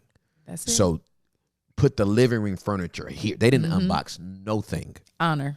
Okay. Yes. Got them all here. Had everything done by May. They were moving in June. I get a call the third week of May from Gateway Church. Oh my gosh. We want to hire you and bring you on staff. When they hire pastors, they don't let them speak out a lot. Like you have like 4 to 6 times a year. They said there's an apostolic anointing on your life. So we want you to travel. We still want you to travel as much as you travel. Wow. But we want you to work here full time as well. And that's how it has never been a burden to pay the rent. When they were renting, we got them an apartment. Now they live in a house. I pay that mortgage. Listen. Gladly. When I tell you my parents tra la la la. Listen, I understand. It is like they didn't have the franchise to hand off. But that foundation they gave me Priceless. helped me springboard to the point Yes. that I could go, Yep. don't you ever worry about this mortgage as long as you live in your life. My daddy be calling me, son, I got something in the mail. Throw it away. They ain't got nothing to do with you. That dude Francisco over at that bank, he calls me. Right. Because I pay that mortgage every 6 months. Listen. Come on, 6 months. That we're not just gonna pass right by that. I hope you heard the receipts I'm giving you. Woo! I pay that mortgage twice a year. That's a whole nother podcast that I really need you. Like, I'm not even joking. At some point, I need you to tell that story Okay. and the other that go along with it. I will. I know you got something else to do. Oh yeah. I don't know when you have to do it. Not now. Oh, great. I'm glad it's not now. It's not now. Because when I promise you I'm not done talking to you. Is there a bathroom break in the podcast? Absolutely. You can go to the bathroom right now. Bless. Like right now. Like you can go right this minute. You can legit go pee right this minute. How do you know it's pee? Okay. Go boo-boo then. I don't care. We got air freshener. We got poopery in there. You use the poopery. Now you know she family. Talking about how you know I ain't trying to boo-boo in your house. And use the fan if you need to. Just don't stink it up. Listen, this girl. I told y'all. Huh? Yeah. 705 Jefferson. Right by my parents' house. Yeah, bro. I know exactly where it is. But dude, just the there's legacy there. You know what I mean? But legacy takes intentionality. It takes the cooperation. It's a multi-generational agreement. Like we talk about generational blessings, we don't understand it takes 2 generations to establish a covenant to say, I will continue to do this. God is the God of Abraham, Isaac, and Jacob. Not one. It wasn't the promise went to Abraham and then Isaac, you can do whatever you want. No, he was going to have to establish the covenant for his life. Then Jacob/Israel had to do it for his life. And then it had to go to Joshua. Then it had to go to the children of Israel. Like it to get a generational blessing going. It takes a lot of work because somebody's ego is going to have to die. Every time there's a handoff, somebody's ego going to have to die. Somebody's pride going to have to die. man, you got to be self-aware. You can't be selfish. There's a whole bunch of stuff that goes into a generational blessing. But again, we preach it like it's this automatic thing. Right. But ain't nothing automatic. It takes work. How many times do we see the promises that God gave Israel get fumbled one generation later or 5 generations later? Why? This person decided to be disobedient. This person decided not to honor the covenant. This person decided to bring idols into their house. This person decided they wanted to do something different. And it's like, yo, every generation has a choice. A generational blessing and a generational curse. I think I said this on another pod. I can't remember which one it was, but a generational blessing and a generational curse is legitimately an invitation that comes around every generation. The generational curse is an invitation to continue being bound. And a generational blessing, every generation, is an invitation to continue being blessed. But it's a decision. How old were you when you got the parents moved out here? That was 2012. So I was 37. Wow.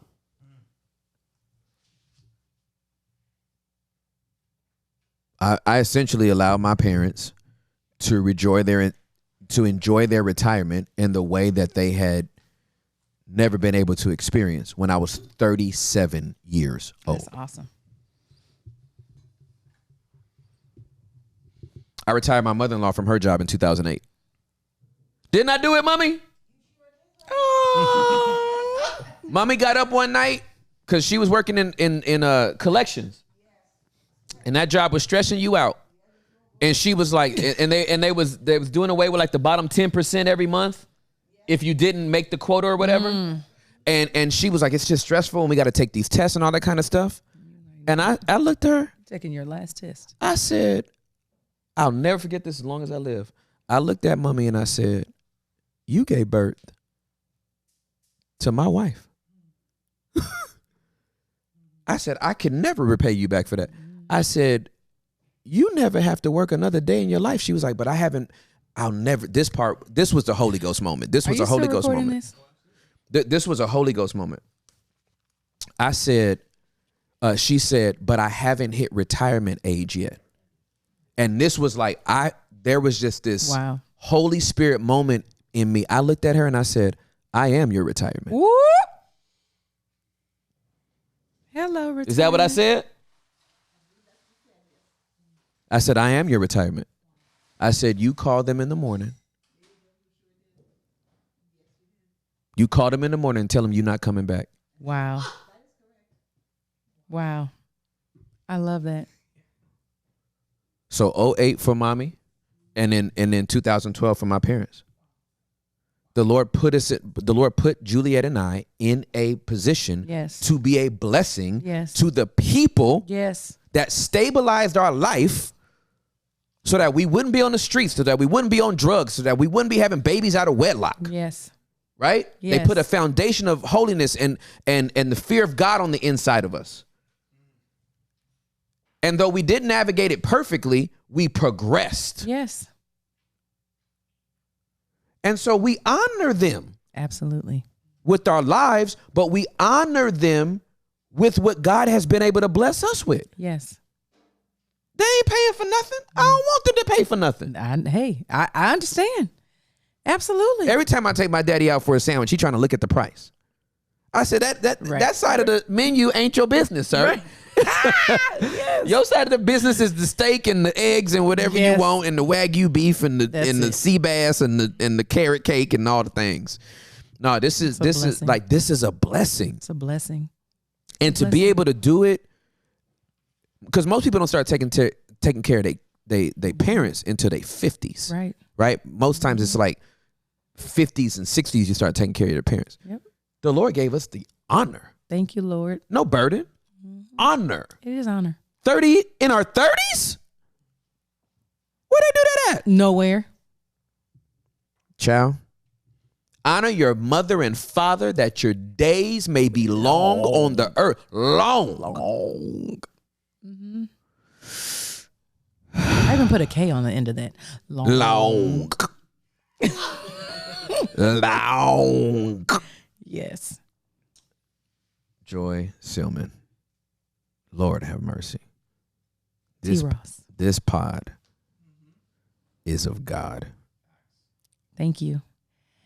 And even more so, I'm thanking you for allowing me to tell the story, because I do think that, every time I meet somebody, and most of the time it's somebody that's younger, sometimes not even younger, and they're like, "You mean you work at McDonald's?" No. I do work at McDonald's, yes. But, I kind of work there. These stories aren't told as much as they should. That's why I wanted it. That's why it was important to have you on here. So I thank you for that. No, absolutely. But I thank you even more so for allowing me to be a newer friend, because I know that there's a rule in this house.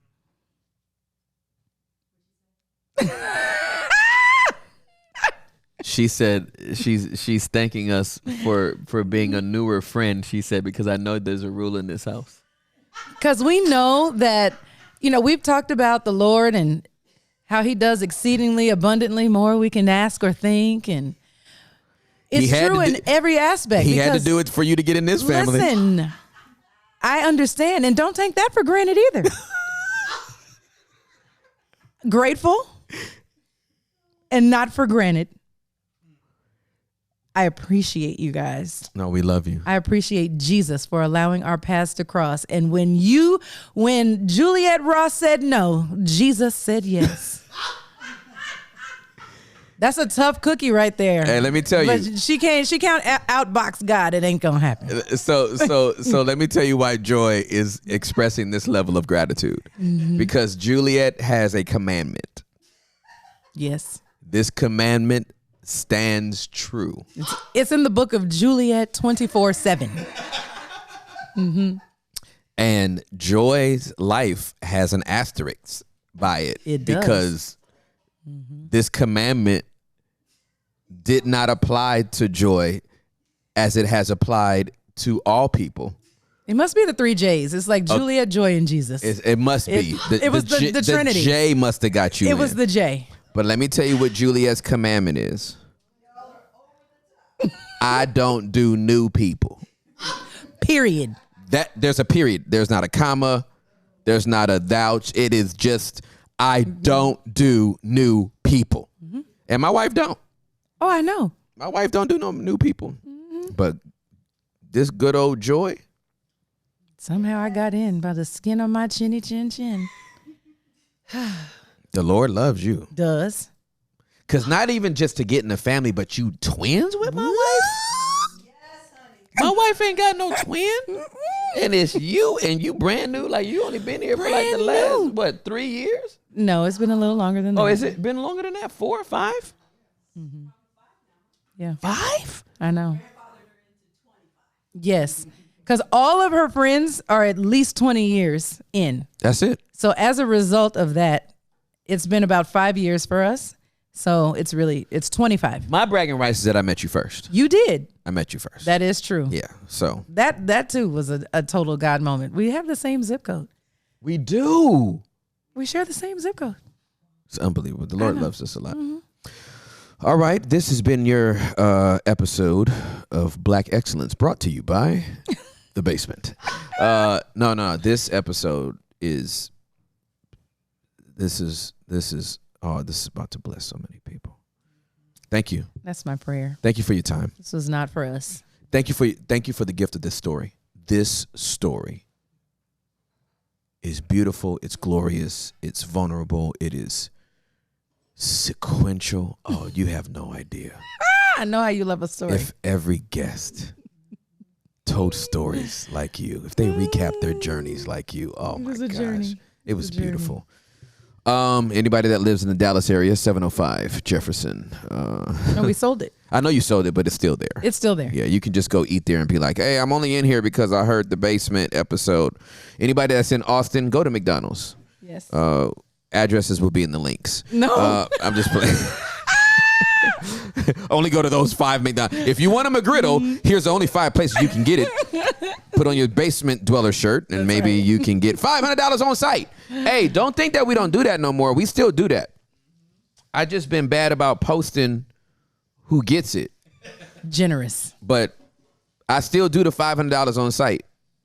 And the people that I think 2 different people just got $1,000 from me because these couples be wearing both. They be wearing it at the same time. And I'm like, am I supposed to give you 500 or 1,000? So I just been giving them 1,000. I don't even know if that's right. But because that's probably not what I meant when I said 500,000 on site. But these couples keep walking around with double shirts on, and I'm like, awesome. Well, dang it, I guess I'm gonna have to break both of y'all off.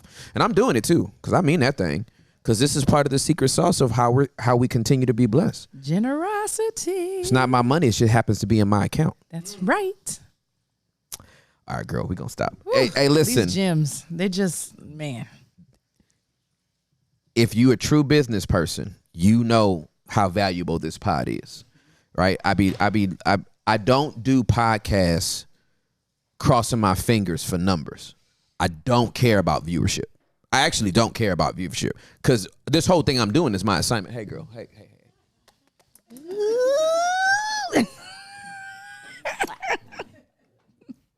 None of these pods are for viewership. This whole podcast is because of obedience, right? So I'm just doing what we do. But I know for a fact the people that need to see this is going to inspire you. This is going to require you. This episode is going to hold you accountable. Yeah. This episode is meant to murk your excuses. You are not a victim. You are not the victim in this story. Mm-hmm. You are the victor. Yeah. But only you can change that narrative. Yep. I don't care where you had to. I don't care if the starting line was a mile behind the next person that you could visibly see. Absolutely. Run your race.